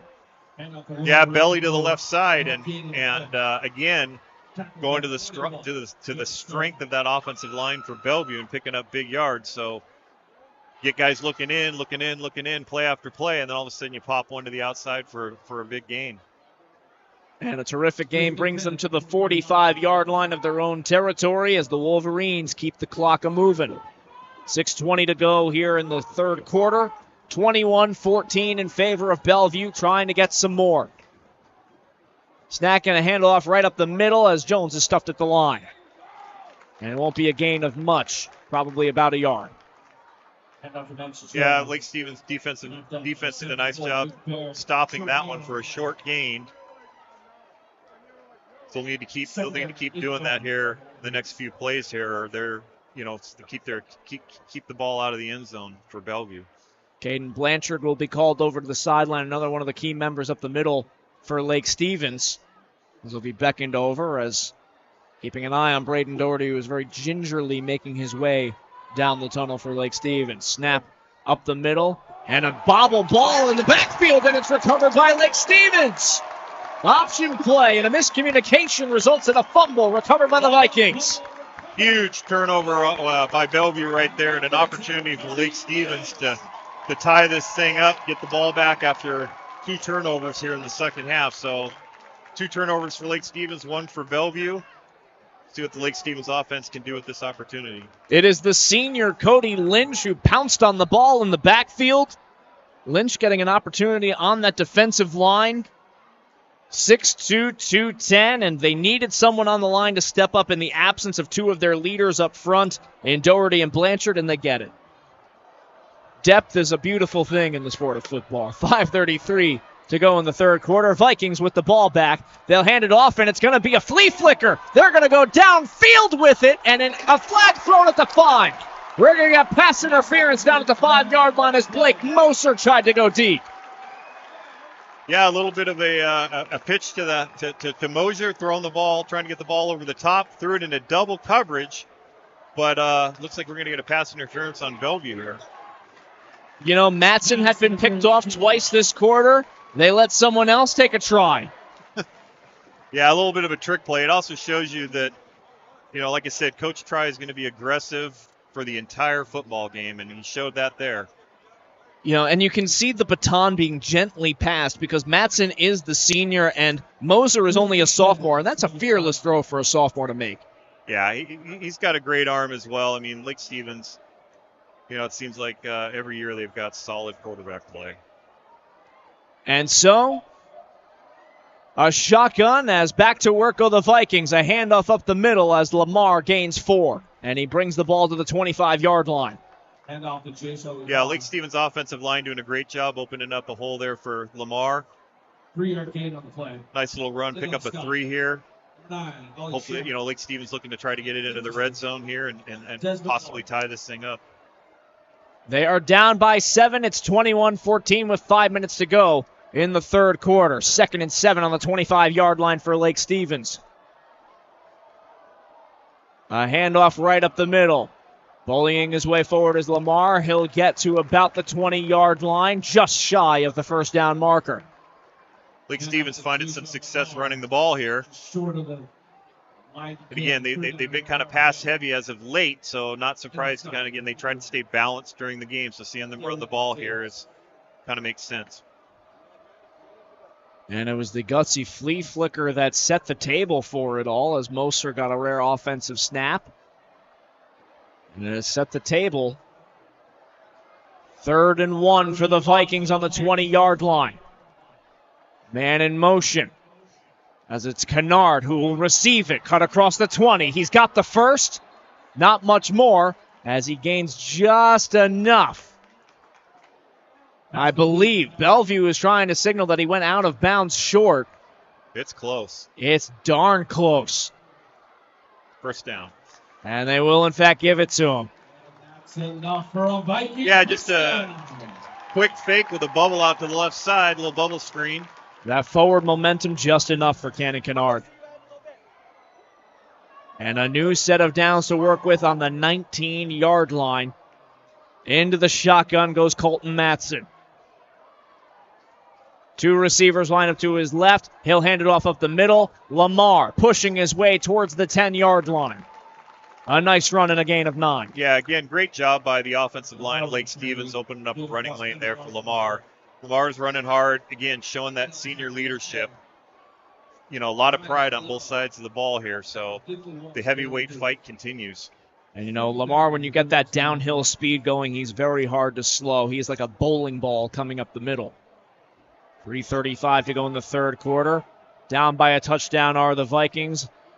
Knocking on the door. Seeing if they can kick it open. Man in motion in Kennard. They'll hand it up the middle. He's got a lane down to the 1-yard line and tripped up just shy of the goal line. Yeah, left side of the line, Lake Stevens pulling and opening up a nice hole on, looks like counter trap there, and Lamar had a lot of running room there. So here we are, 1st and goal on the 1. And so, mere feet from drawing within 1 point. With Lamar spotted up behind, and Matson, low snap. It's fumbled back to the 11-yard line, and Matson pounces on top of it. But, ooh, boy, a critical error on the goal line. Yeah, that definitely hurts here a little bit. Second bad snap of the half. Kind of puts Lake Stevens a little bit behind the sticks here, being, 12 yards to score here. So. Indeed, and that's Luke Baird that was struggling with the snap under center for the Lake Stevens Vikings, right on the doorstep and now pushed all the way back. And so some room for Matson. Matson fakes the handoff to Lamar. He'll scramble to his right, trying to find an option open. Nobody there. Over to the sideline. Throws it to the corner. Nobody home. And incompletion. So it's going to bring up a 3rd down here.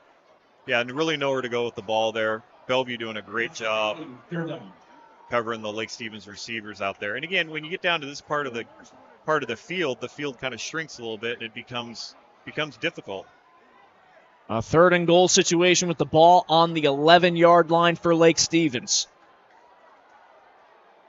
Matson has Lamar over to his right.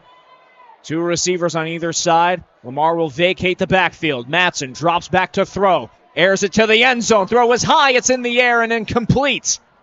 There's a tight window there that Matson was trying to squeeze that into. Not a lot of space. Almost completed it. But it brings up 4th down. It looks like Lake Stevens going to kick a field goal here or try to attempt a field goal. It was Bryce Smith on the coverage and a good breakup. A.J. Morton was in the vicinity as that ball hung in the air for a half second as the Wolverines come very close to their 3rd interception of the quarter.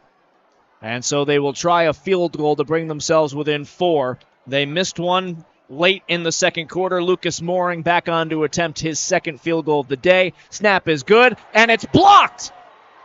Bounces back to the 35-yard line, kicked over to the sidelines. But another huge special teams play as around the end, a terrific job by Kiego Aogi to get a huge block and a rejection on the part of the Wolverines. Casey, you brought up at the beginning of the half how every aspect of this game, special teams, is going to be a big part. And we sure saw it there. So Bellevue maintaining its 7-point lead here. And honestly, it's maintaining the momentum. It looked like Lake Stevens going to take the momentum back, and it looks like it's going to stay with Bellevue for the time being anyway. And that is huge, huge, huge. You think about the play on the 1-yard line and just the domino effect. One thing leads to another, and all of a sudden Bellevue able to hold the line in what seemed like an impossible scenario. They needed a gift, and they got one. Yeah, and it gave them great field position as well. And they've got on the 36, and they'll run it up the middle, and they'll gain 2. Back to the dive play to Jones, quick hitter up the middle. If it ain't broke, don't fix it. It has set them up swimmingly so far. They lead by 7, under 2 minutes to play in the third quarter. Yeah, Jones runs hard. He's a load as well to bring down. Max Jones, a junior running back for these Bellevue Wolverines, who has gotten a lion's share of touches after Raylan Witherspoon's injury back in the first quarter. We have not seen Witherspoon since, and so it has been the Jones and Reed show in the backfield, taking the handoffs from Case and Carter. As Carter will hand it off to Jones, he's got a hole, gains about 8, and he'll bring himself to a 3rd and 1 scenario. Yeah, Bellevue is doing a really good job of setting themselves up too in the second half with like 3rd and short, just getting enough on 1st and 2nd down and setting up kind of a reasonable 3rd down opportunity. So Lake Stevens defense is going to have to stiffen here. Onto the 45-yard line are the Wolverines. 4 on the line, with 1 more pushing up towards it. A run play up the middle. They'll dive for the first down. Don't believe they'll get it. They'll be short. Yeah, it looks like that was a fumble on the snap, and it was recovered quickly, but keeps them short of the first down, so we got 4th and 1. Big opportunity here for Lake Stevens defense. It was Andrew Van Apeldoorn that was able to kind of hold the line for just long enough, allowing the Wolverines an opportunity to pounce back on the ball. And a 4th and 1 scenario for Bellevue. A critical defensive play as the Vikings will bunch up along the goal line. They'll try a QB sneak. Will they have enough? Believe they will. And the Wolverines all seem to think they've got it. And the back judge agrees. Yeah, Lake Stevens brought an extra defensive lineman in for that play, trying to stop that 4th and 1 play, but Bellevue's offensive line did a great job creating just enough to move the sticks. And so it is a keeper for Case and Carter. The sophomore QB pushing forward, getting it done, and that is where having a guy like Willie Washer right down the middle, you liken it to the Jason Kelsey tush push, right? Opening up that space. Yeah, it's hard to stop. I mean, short down, it's about leverage. It's about getting lower than the line getting lower than the other side. And then it's just a little bit about will. So it's funny, you talk about the tush push with Kelsey and how many NFL teams have tried to copy that, and none of them have been quite as successful. So nobody's got a Jason Kelsey. That's right. We'll take a quick timeout. You're listening to STSPN's coverage of Washington high school football.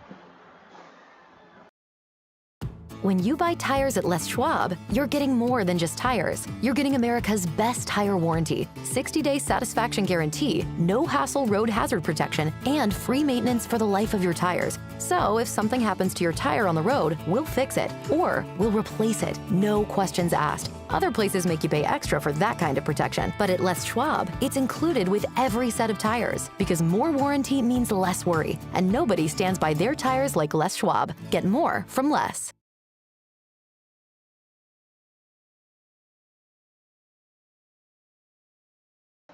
Back at Lake Stevens High School, where the Wolverines of Bellevue lead it 21-14. And a quarterback sneak gives them a fresh set of downs. A handoff up the middle, and Jones barrels his way over a defender, gets about 9, And another terrific setup to start off this offensive sequence. Yeah, Bellevue's offensive line is really getting a solid push right now. And Jones running back there hard. They got a little bit of momentum right now, that's for sure. This is an offense that gained 326 yards on the ground against Bethel last week in what was a decisive victory for the Wolverines. And they have done so without one of their more important backs. And it has been Jones who has been shouldering the load, as Jones once more will carry it up the middle, pushes his way past the first down marker and picks up a gain of 3. And so with the ball on the 41-yard line of the opposition, Bellevue continues to move the chains. Yeah, second and short there, just picking up enough to move the chains. And again, great job by the Bellevue offensive line, just getting enough of a push. Looks like Jones is down here, possibly. Yes, indeed, it is Jones that is writhing around. And, oh boy, with Witherspoon already out, this would be a massive blow. As you see him stretching out that left leg, holding it up into the air. Now, they do have other options in the backfield where Matthew Reed has ripped off a couple of big plays. Riken Moon is someone that they have gone to a couple of times, but without Witherspoon, without Jones potentially, that's a devastating blow for what has been an offense that has been firing on all cylinders. Yeah, he's been the workhorse here, definitely in the second half. Looks like it might be just a cramp. He will be ushered off the field, and if only for a moment, he'll miss a couple of plays. When we talk about missing pieces on either side, the Lake Stevens Vikings are also without Braden Doherty, who went off with an injury in the third quarter. A defensive line presence that had a sack earlier in the game and was a force to be reckoned with up the middle. And so back to work go the Wolverines. Carta under center, a back right behind him in Reed and Moon. Hands it off now to Moon, who pushes forward and gains 6 yards and is still on his feet as he tumbles forward. And it looks like he fought his way towards the first down. He might even have it. Yep, first down Bellevue. Nothing fancy here. They're just getting behind their offensive line and picking up yards and just kind of picking up 3-4 yards, it seems like, every time up the middle. The senior Riken Moon slotting in that spot. And I tell you what, Rich, I mean, it doesn't matter who's in the backfield here. It's the system that takes care of itself and the line that takes care of itself. Yeah, they've got a very impressive offensive line. Carta will hand it off to his left, pushing forward, and a gain of 4 for being stopped at the line. Ball to 26 now for Bellevue.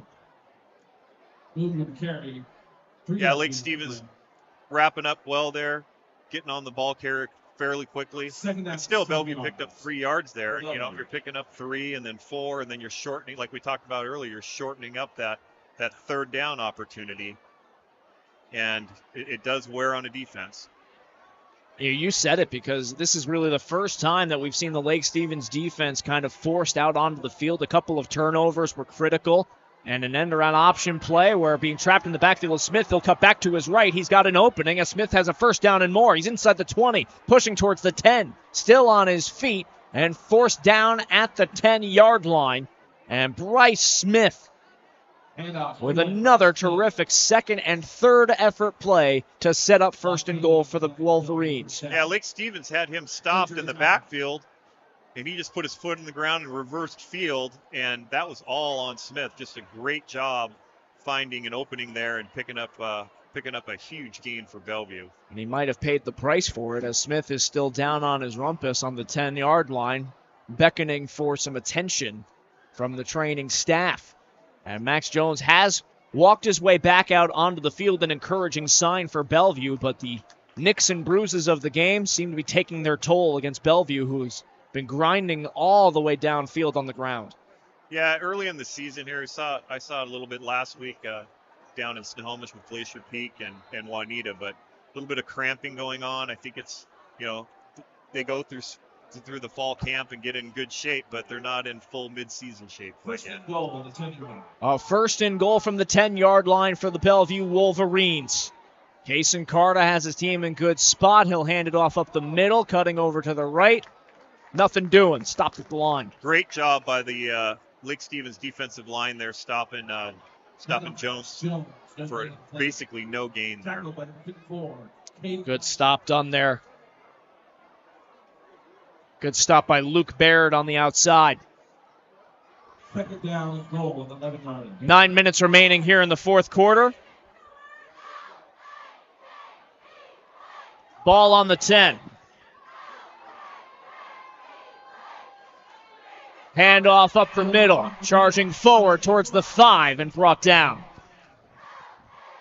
Yeah, Jones finding a little bit of a crease there. Sets up a 3rd and goal from the 5. 8:35 to go, but still in scoring position are the Wolverines. As Jones has rejoined his cohorts, it's Jones and Reed in the backfield. Rushing in to command the troops is Carter. Smith will line up on the line towards the right side. Jones directly behind Carter. Jones takes the handoff, pushes his way forward, and he's stopped once more. Great play by Lake Stevens defense there. I mean, they went right back to what's been working for them to go down the whole field and come up with a big stop, and looks like it's going to force a field goal attempt here by Bellevue. Now, not only is it good a read by the defensive line, but do you also question if the explosiveness is just a hair toned down from Jones after leaving the sideline there for a moment with a lower body injury? It could possibly be that. I mean, Lake Stevens, like I said, they stiffen there, and again, backs against the wall, know the game's on the line, so, it's a good play. Nick Matty on for a field goal try. Snap is good. Kick is up. And the kick is good. It's a 24-14 lead for the Bellevue Wolverines. They have made it a 2-possession game with 7:28 to play. Yeah, I think that missed field goal earlier and the blocked field goal here in the second half for Lake Stevens is going to loom large. Bellevue hitting a field goal there, making it a 2-possession game. That's a good drive by Bellevue. We'll take a quick timeout. A massive score for the Wolverines. You are listening to STSPN. Seattle Sports on 710 is your radio home for the Seattle Mariners. Back, and over the wall for a home run. Every home run, every strikeout, every Mariners win. Swing and a miss and a slider, strike 3, and it's over. And catch the game on your smartphone. Download the Seattle Sports app to stream the radio broadcast of every Mariners game. Goodbye, baseball. A walk-off 2-run home run. Seattle Sports is your home for the Mariners. The war to end all wars. Welcome back to Lake Stevens High School, where the Vikings trail the Wolverines 24-14. A field goal made by Nick Matty just moments ago has made it a 2-possession game. Kickoff fielded at the 10-yard line, carried forward by 14 yards. And the Vikings will be deep in their own territory to start things off. And time now the enemy of the home squad here, Coach. Yeah, I mean, this is here we are in the fourth quarter, a little over 7 minutes. Big possession for Lake Stevens to get this back to a 1-possession game. So their offense needs to put some points on the board here to stay in this game. They have had 2 different interceptions from Colton Matson, a key defensive stop. We've seen a blocked field goal, which now, again, talking about special teams, it looms large. That would have made it a 1-possession game at this point now in revisionist history. Shotgun snap, Matson back to throw. Matson has a man downfield on the right side. They're going to look for him downfield for Kennard into his shoulder, but incomplete. It bounces to the turf. Crowd and Vikings bench wanted a flag for pass interference. No such luck. Yeah, no flag there. Bellevue had 2 defenders all over the receiver. Lake Stevens obviously trying to go over the top, make something big happen here on the first play of this possession. It was Oyagi in the backfield and was able to break up that pass attempt. And with contact there, that drew the ire of the Lake Stevens contingent. 2nd and 10 from their own 24-yard line for the Vikings. Empty backfield for Matson as Lamar cuts over to his right. Matson back to throw. He'll air it out again. Over to his tight end. Heavy hit on the reception and incomplete. And oh boy, Keegan Howard took a shot up high. And again, the Vikings sideline screaming for contact to the head. Yeah, he had that ball. I mean, great ball by Matson. Had the ball in his hands. Bellevue, I didn't see the tackle real well there, but it was a devastating hit. It was shoulder to shoulder, And the Vikings sideline wanted the head-to-head contact call. Well, no flag, so we're third and 10 here for Lake Stevens. 2 bomb attempts coming up empty-handed. Matson will try it once more. Scrambles to his right, under pressure. Quick out route is blown up at the line.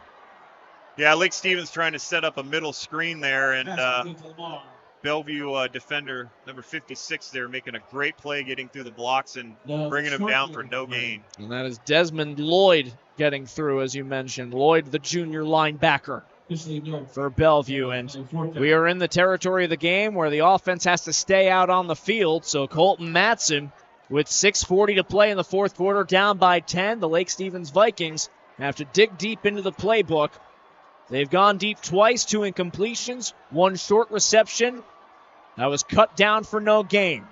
4th and 10 for the Vikings. Empty backfield here for Matson. Drops back to throw, airs it out to the left. Incomplete into the sideline. Wolverines forced a 4-and-out for the Vikings. Yeah, big stop by Bellevue right there. Now they're going to get outstanding field position. Up two possessions here in the fourth quarter. They got Lake Stevens on their heels. And that's really the first time outside of the interceptions that we've seen a drive stall after just one set of downs. Yeah, I mean, typically they've been moving the chains, or both teams have been moving the chains. Lake Stevens had to get aggressive there, being down by 2 scores. And this is where it's an advantage for Bellevue, as Jones will run up the middle and gain 4 yards. Their offense chews up so much clock. By the way that they run the ball, they're in a very advantageous position. They sure are. It's the clock's ticking, so Lake Stevens is fighting both the Bellevue offense right now and the clock ticking down and being down by 2 possessions. Like I said, Bellevue's got Lake Stevens on their heels right now. Under 6 minutes to play, and Bellevue will take their sweet time getting to the line as Kaysen Carta will direct traffic in the huddle. We'll have Reed and Jones back with him, with Moon also as an option behind the right tackle. The handoff will be to Reed, cuts to his right, gains 2 yards. Down at the 18-yard line. Yeah, Lake Stevens Bellevue pulling a lineman there and running belly off the right side. Setting themselves up for, looks like, a 3rd and 4 here. And the clock continues to tick. So many running options here for Bellevue, and this is a huge play for Lake Stevens. You would love to bring a man down and try to force perhaps either a long field goal or a go for it on 4th situation. Perhaps the biggest defensive play of the game for the Lake Stevens Vikings. 2 options directly behind Carta. And Reed and Jones as he hands it off now on the right side as Jones trying to barrel his way forward. He cuts around, fighting his way forward that was Smith that fights his way through, and Smith gets the first down for Bellevue. Yeah, Smith taking the ball wide left on a sweep for Bellevue there and breaking a couple of tackles and moving the sticks. And Smith has been so elusive all game, but a holding on the offense brings it back. That's a big penalty. Big break for Lake Stevens. A momentous turn of events, and I got to tell you, if you're Bryce Smith, if Bryce was playing himself in fantasy, he'd be so frustrated by the number of yards that he's lost. Yeah. That's a lot of critical points. Yeah, I mean, Bellevue, when they've had penalties, they've been on just absolutely huge plays, it seems like, all night. But here we go, 3rd and 11. Big opportunity for the Lake Stevens defense. And the penalty has pushed them back probably far beyond field goal range for themselves. So now this is a crucial spot once more for Lake Stevens defense. Carta under center. Moon lining up directly behind him. Reed in motion. They'll give to Reed. Cuts to his right. Fights his way to the 20. Pushes forward down to the 23. It won't be enough for the first. So now what do you do if you're Bellevue? Carried by Matthew Reed. Yeah, I mean, they pick up a first down here. The game's probably over. Looks like that's what they're going to do is go for it here. Again, and if they don't pick up the first down, Lake Stevens will be starting their possession deep in their own territory. So I think this is the right call by Bellevue. Under 4 minutes to play in the fourth quarter. It is Bellevue 24, Lake Stevens 14. Do or die for the Lake Stevens defense. Wolverines trying to put the icing on the cake. Bardue will scramble to his left. He's going to air it out to the end zone. In and out of the hands of his receiver. As he went for it all and couldn't quite connect. Ollie Sharp was there trying to receive. What an aggressive play call by Bellevue. Rolling out to the left, they're trying to score on that play. Not just move the sticks, but score. And Lake Stevens, with that Bellevue penalty, has got a little bit of life still left in him. And so with 3:36 on the clock, the ball is back in the hands of Colton Matson. Reigning state player of the year will have to orchestrate some magic in the waning moments of this one. Matson will get right to work with the ball on his own 18-yard line. He's got a long way to go and not a lot of time to get there. Matson spins off the fake handoff, throws it over the middle. It's complete at the 29-yard line. And that'll bring a new set of downs as that was complete to Howard over the middle. Yeah, good first completion on this drive from Matson. Needed to had a couple of interceptions, some incomplete passes in this half, so get some momentum going here on something he feels comfortable with. They were 1 for 4 in their last drive in terms of completions. They gained 0 yards. Matson fields the snap, drops back to pass. 3 options left side of the field. He'll get one at the 40-yard line. Caught and complete, and they will give him the first down as they'll stop it at the 40. Yeah, great ball by Matson there, putting it right on the money. Price making a nice catch above his head there. First down, Lake Stevens. And you can see Bellevue not wanting to allow anything deep. They're content allowing these 8 and 9-yard completions as now Matson to his right going over the middle, and he gets him on the run. Another first down. Terrific completion to Seth Price. Yeah, Seth Price with 2 big completions and took a shot after he caught that ball and hung on to it. Great job and another great pass by Matson. This is where Matson shines. His clinical ability to pick apart defenses in these 10 to 15-yard completions. Quick snap over to Matson, who scrambles now to his left. He's got a curl route over on the left side, complete for a first down. Another good pickup there for Ethan Boylo. Yeah, and the clock's going to stop there. Another good completion. Lake Stevens moving the ball down the field quite rapidly. 2:40 remaining in the fourth quarter, down by 10.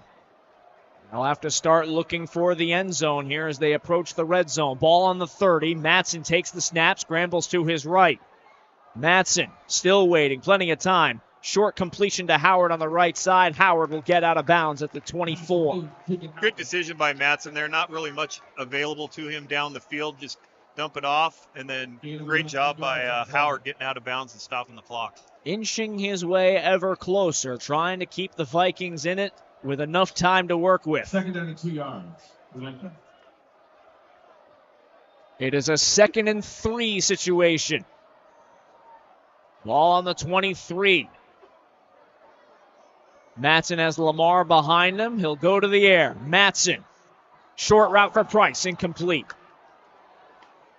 Yeah, Lake Stevens trying to set up basically a jail screen there. And had some linemen out front, just couldn't quite connect up there. He's thrown towards his right shoulder, a hair out of reach.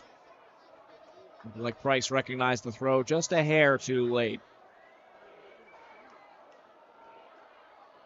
And so a 3rd and 3 situation for Lake Stevens. Matson dropping back to throw. Lamar to his right side. He's got it completed. He'll charge forward. A first down, and he gets out of bounds at the 10. A good job done there by Lamar. Big play. Big first down with Lake Stevens there. Moving the chains and getting them basically at the 10-yard line here. So first and goal, Lake Stevens. Impressive drive so far.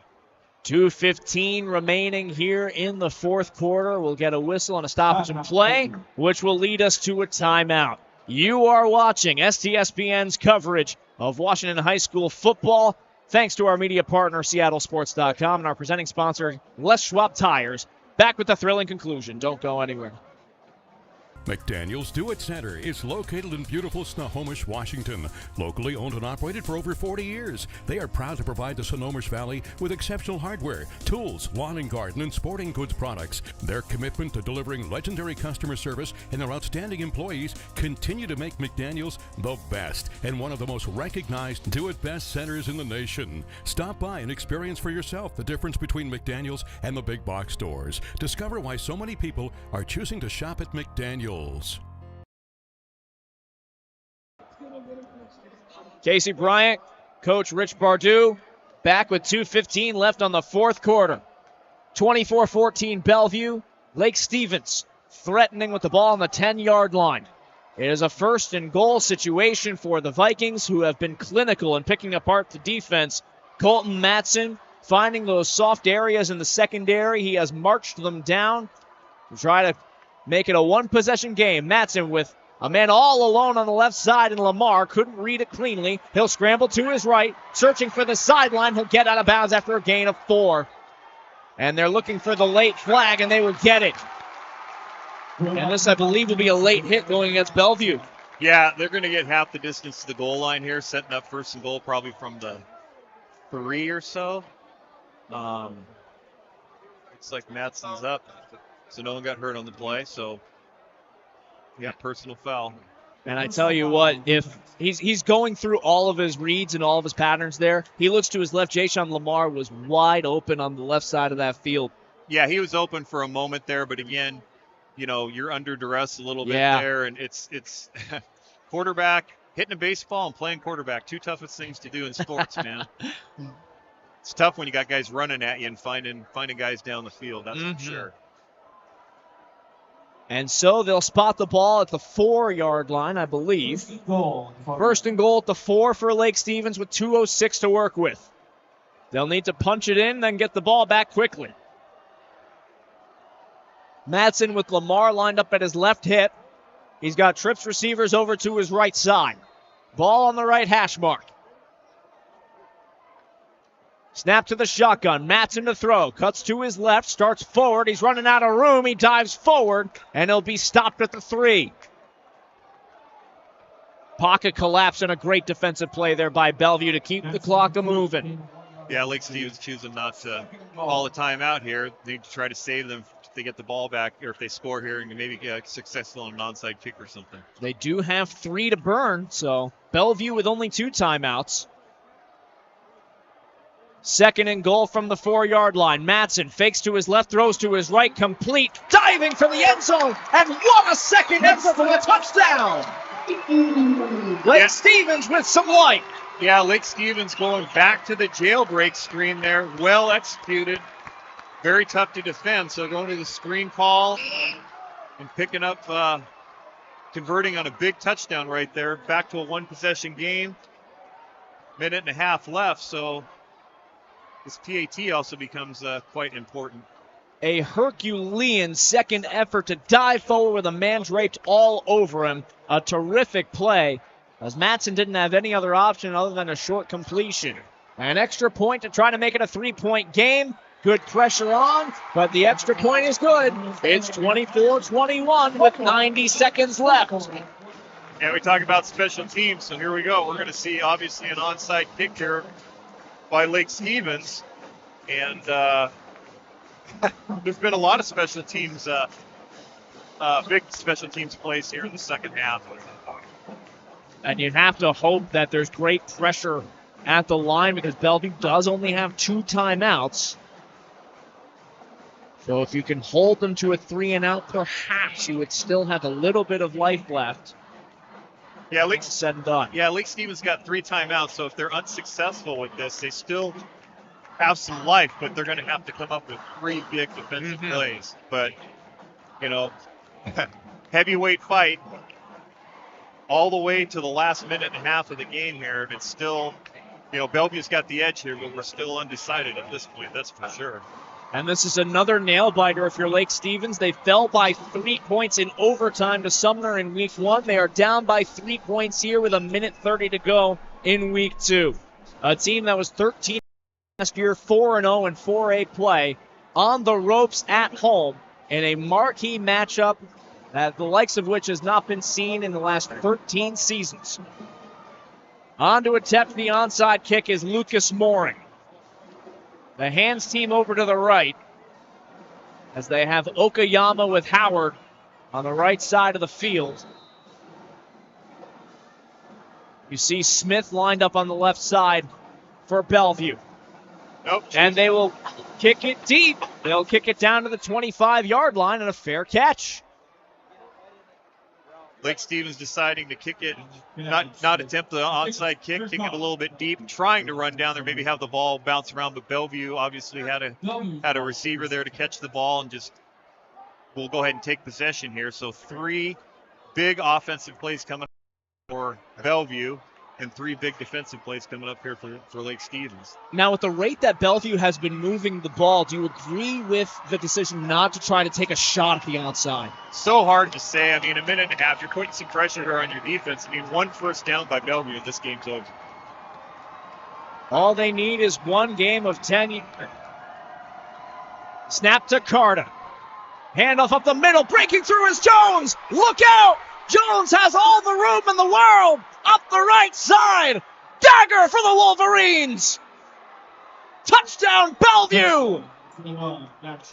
Yeah, that'll do it.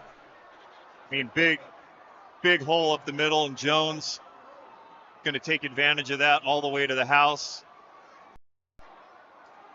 Bellevue just put this thing away. And good night, Max Jones.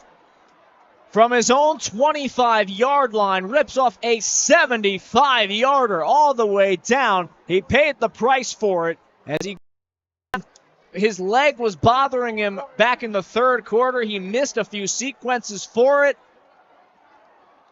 but shouldering the load one more time to put it away for Bellevue. Be sure to come out next Friday where your Vikings will take off Cascade. Bellevue needed to come up with a big offensive play there to put the game away, and did so, and going to come away here tonight with a victory. All it took was 1 first down. They got that and then some. And so it will be Nick Matty on for an extra point. 30-21 Bellevue with 1:15 left on the clock. And a heartbreaker for the home crowd in Lake Stevens as they have been stunned once more by Max Jones. Matty gets the kick up and good. 31-21 Bellevue. And jubilance on the white sideline on the far side. And so the Wolverines, once more, a 2-possession game.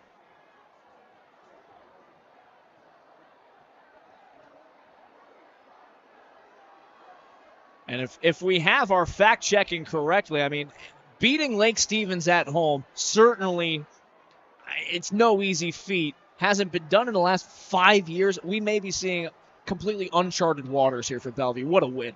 Yeah, it's a big win for Bellevue. Like I said, Lake Stevens has beaten them the last 2 years, so I know they came in tonight wanting to beat Lake Stevens on their home field and have done so.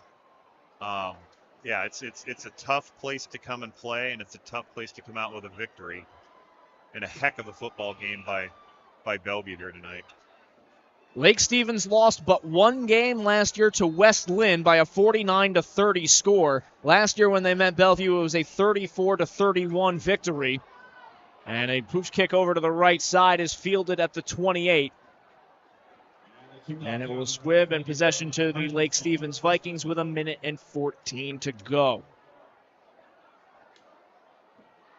And what a victory here for Bellevue. And, I mean, you have to give so much credit to someone like Max Jones, who not only was terrific running the ball, but really took the lion's share of snaps after an injury, stepping up in the biggest of ways. Yeah, he absolutely was a beast tonight, running hard behind that very, very well coached and very disciplined offensive line of Bellevue, and sealing the victory with that last run there. So I think we're going to be voting for player of the game. He's got my vote. I would agree with that. Max Jones with a terrific evening here for the Bellevue Wolverines. As Mattson will air it out one more time, wide open to Price, over his hands, incomplete. Back on the coverage is someone who was so aggressive in the coverage just moments ago, and Kigo Aoyagi. Minute and 5 seconds as Rich will make his way to the sideline to go take a grab at Max Jones. Trying to get him on the air here as he's got our vote for STSPN Player of the Game. 65 seconds separating Bellevue from an historic victory for the Wolverines. Matson takes the snap, cuts over towards his right at the center of the field, looking towards the sideline, broken up. And once more, a strong incompletion by A.J. Morton, who has been all over the right side. Revis-esque on the right side was Morton, locking things down on the corner. It is no easy task to try to limit the offensive progression of Colton Matson. And with 2 key picks in the secondary, Bellevue did their job. They held Matson to a 4-and-out and another particular drive. This was a well-executed game plan by Michael Knipe and company. Minute to go. Ball on the 25-yard line. It is Matson in the shotgun. He drops back to throw. He'll air it out down the left sideline. It's complete at the 47-yard line. Pushed toward the sideline and stepping out of bounds. And a great completion to Jay-Sean Lamar, who will pick up a first down. As Lake Stevens continues to battle with 53.2 to go. New set of downs as they mark him out at their own 48-yard line. Matson with Lamar spotting up behind him by 2 yards. 2 receivers on each side. He's got Kennard at the slot. Taken by Matson. He'll look downfield on the left side, complete. And running his way out of bounds, that's Boylo on the reception. 47.8 to go. Boy, Matson, when he runs these routes, they're giving him all of the 8 to 15-yard completions in these later parts. So it will certainly help Matson's passing yardage. But it is all because of conservative play, trying to chew up as much time as possible and not allowing too many deep balls. As the safeties here for Bellevue have done an excellent job. Back to Matson once more. Scrambles to his left. Heaves it towards the end zone, intended for Price. It's batted down by Smith. Collided into his own man and Moon down at the 3-yard line. That'll be broken up for a 2nd and 10 with 40.6 remaining. And a ball on the 38-yard line, and a timeout will be taken. As we have an injury situation down at the 3-yard line for Bellevue. As there was a heavy collision, there were 3 different Wolverines that were all standing in the same basic vicinity. And we'll get an official's timeout. So the Wolverines, should the score hold for the final 40 seconds, will improve to 2-0 on the year. The Lake Stevens Vikings, shockingly, 0-2 to start the campaign. Bellevue had beaten Bethel 35-7 last week. Next week, they've got themselves a bye. They have 2 weeks to prepare for Mount Si coming to town on September 27th. Meanwhile, the Lake Stevens Vikings will prepare for Cascade next week. It'll be at Lake Stevens. And the Vikes, in the 20th year of their head coach Tom Try, in a position that I'm sure not many anticipated them being in, winless after 2 weeks. In 2 nail-biting games that have come down to the wire. And a couple of plays either way make this a completely different football game. And you think about the fact, the resilience of these Bellevue Wolverines. Again, not to harp on and belabor the point, but with 3 scoring plays erased in the first half to keep on driving and keep putting up points. 31 to be exact, as Matson takes a snap, scrambles to his left, now forces himself over to the right, throws it over the middle into traffic, and it's incomplete. As that was a good breakup by Brody Trevis down by the 10-yard line. And that's Matson trying to make something out of nothing there, where he's scrambling to his right. He throws across his body to the left side. Needs to try to taking shots downfield as they are out of time. 29 seconds left. Matson with the ball at the opposing 38. Has Lamar at his right hip. Three receivers lined up on the right side of the ball. And Matson will keep on handing it off now to Lamar, who cuts forward, pushes and gains about 9. He'll come up a hair short of the first down marker. And trying to mix things up after Matson heaved the ball downfield time and time again. It'll come up short, and it will be a 4th and 1 situation for the Lake Stevens Vikings as we inch ever closer to the game's inevitable conclusion. A timeout stopping the clock. 31-21 in favor of the Bellevue Wolverines. A reminder that STSPN would like to thank their sponsors: Adrenaline Fundraising, Bickford Ford, Grit Handcrafted Wood, Home Comfort Alliance, Les Schwab Tires, McDaniel's Do It Best Hardware, Monster Energy Drink, the U.S. Military, and the Washington Officials Association. As Tom Try holds one last huddle with his crew, with 22.9 left, they need to go to the end zone immediately and then hope for an onside kick reception. And you perhaps wonder if Tom Try second guesses the decision to kick it deep as opposed to giving it a shot with the onside kick with 1.5 minutes to go. They kicked it towards the 25, and the very next play, Max Jones ripped off a 75-yard rush. Do you give your team an opportunity to field? It's a difficult play at the high school level, to be sure, as Matson fields the shotgun pass, completes it to the left side. First down for the Vikings. They get to the sideline with 17.6 to play. It's one of those things where hindsight is 20/20, of course. It is an incredibly hard play to execute at any level, let alone the high school level, where we've seen the special teams battle be so difficult to win. On the other side, we've seen blocked field goals, we've seen missed field goals, snaps errant, such is the nature and the beauty of high school sports. We'll take a quick timeout. When we come back, we'll have the conclusion of this one. 31-21 Bellevue on STSPN.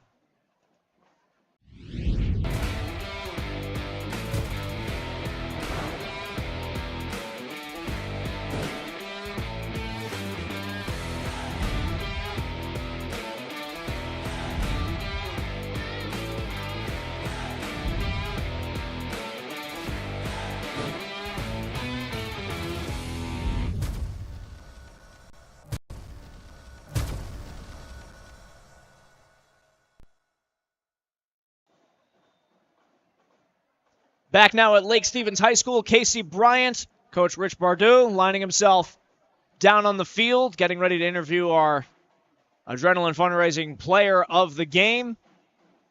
17.6 seconds left as the Bellevue Wolverines lead Lake Stevens 31-21. As Colton Matson has his troops on the 25-yard line with a fresh set of downs, trying to get it to the end zone for perhaps a miracle. He'll go the short route. A run towards the end zone will be broken up at the 10-yard line. Clock will continue to tick. They'll stop it with a timeout with 9.8 seconds left. And that was Jay-Sean Lamar with a good second effort, but a reception over the middle of the field forces you to burn a timeout. And that is Lake Stevens' final timeout. So the path to victory here for the Lake Stevens Vikings seems all but daunting for the 9.8 seconds they have left. They will need to find the end zone on this next play, field an onside kick, and then bomb it out in the final play of the game. And meanwhile, if you're the Bellevue Wolverines, you play prevent at this point. You've got 10 yards to defend.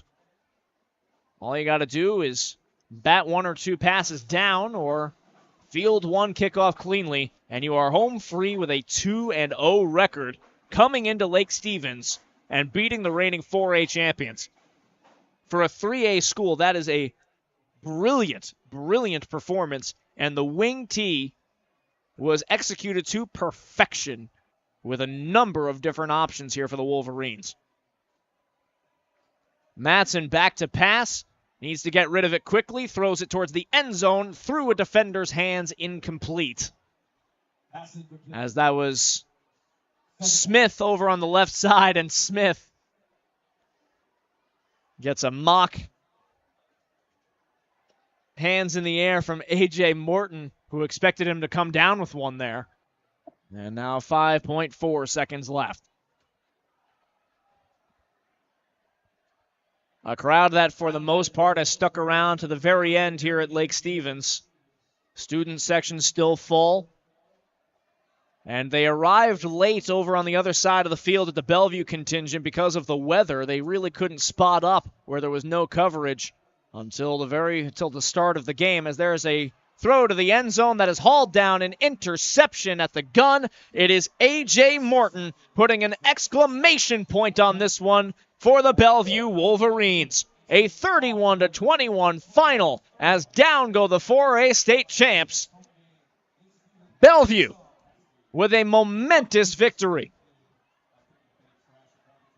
It is the third pick thrown by Colton Madsen. The secondary was amazing for Bellevue all evening, and A.J. Morton certainly deserves his flowers, but this was a game in which it was the running styles of the folks up front for Bellevue. Matthew Reed, Max Jones for the first half, Rylan Witherspoon and Riken Moon, all four of them options carrying the ball.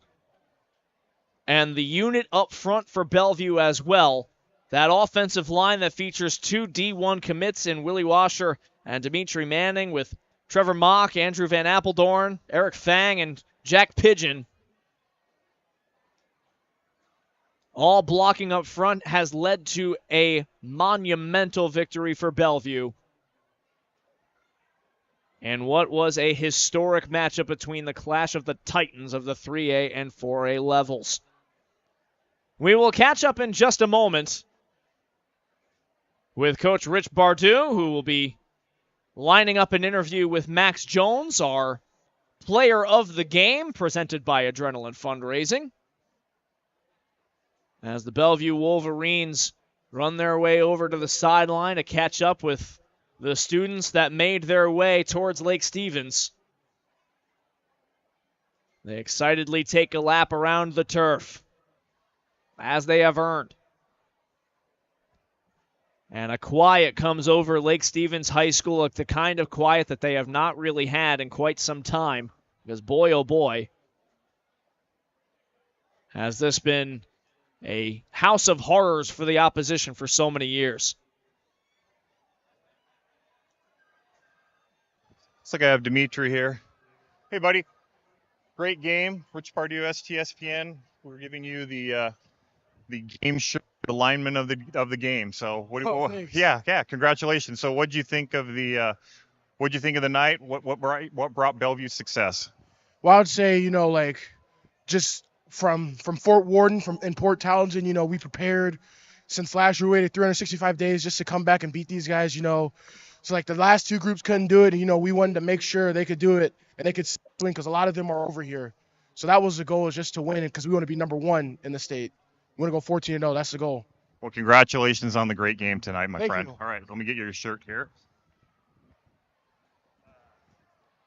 That is Dimitri Manning, the lineman of the game.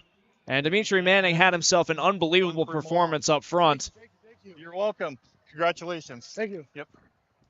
The Oregon commit, Dimitri Manning, who certainly did his fair share of blocking up front for the boys that run the ball. They'll get the glory, they'll get the points, but there's guys like Manning make it all happen for the Bellevue Wolverines, and you heard him right there. He wants to go 14-0, and they want to be the number one team in the state, and they have certainly put the Washington State football scene on notice with this victory here, to not only beat Lake Stevens in their own building, but also to do so by multiple scores. A 31-21 victory,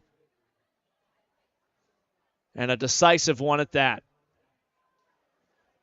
As we await, as Coach Rich Bardue hovering around the huddle for Max Jones to be available. It seems like we have some players huddling around and enjoying their moments on the 20-yard line.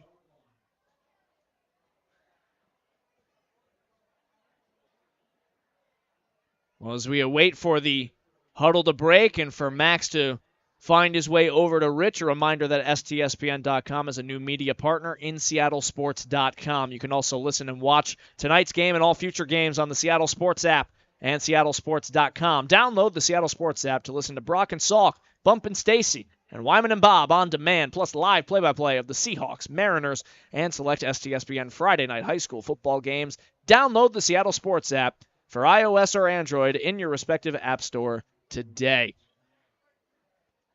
All STSPN broadcasts are presented by Les Schwab Tires, presenting sponsor since 2021. And as Lake Stevens beleagueredly makes their way off the field, you see a lot of players lingering at the center. And this is a game that was back and forth throughout the entire contest.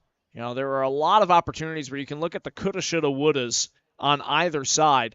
Both teams faced their fair share of adversity throughout the evening, and honestly, the mettle tested on either sideline tonight, it's certainly remarkable the level of play that Lake Stevens was still able to continue, because their defense was hung out there a long time in the second half, because that's the way that Bellevue's offense is completely structured.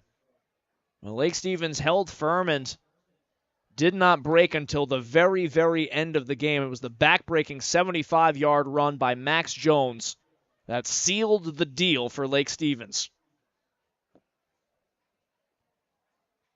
As they continue their huddle and continue their post-game presence over on the 25-yard line, basking in the glories of victory are the Bellevue Wolverines.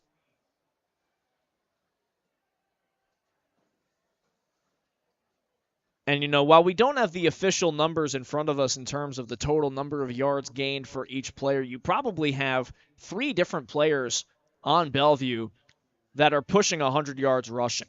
Jones certainly had more than 100, probably closer to 150. Witherspoon himself in the first half probably was pushing 100. Matthew Reed, a handful of handoffs that probably went for about 50 to 100 yards. Reich and Moon right there. Lots of terrific opportunities to keep moving the ball forward.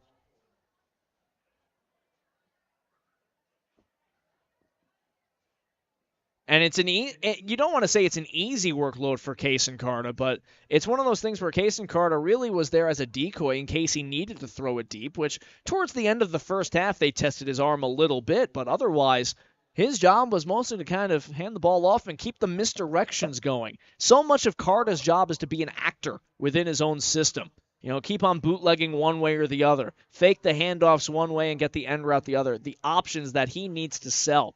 It's a very militant kind of offense, the wing T. You think of Army or Navy or a lot of the military programs that run that kind of style where the quarterback doesn't necessarily throw it all the time, doesn't really throw it very frequently.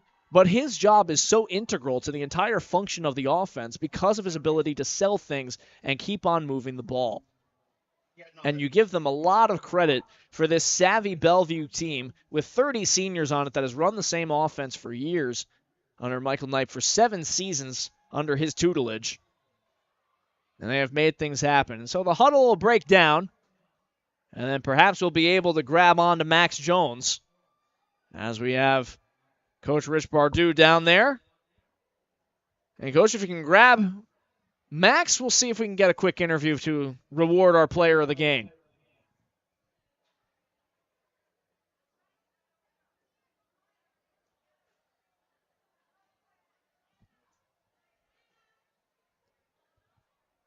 As the mass of humanity continues to celebrate over by the sideline. Well, that'll just about wrap things up as they'll all head to the sideline and look to head back home. We hope that you have enjoyed tonight's broadcast of Lake Stevens going up against Bellevue High School. A reminder that you can follow at STSPN.com for all future updates, as well as STSPN's new media partner, SeattleSports.com. For my broadcast partner, Rich Bardue, and Todd Elvig, our producer, I'm Casey Bryant. Have a great night.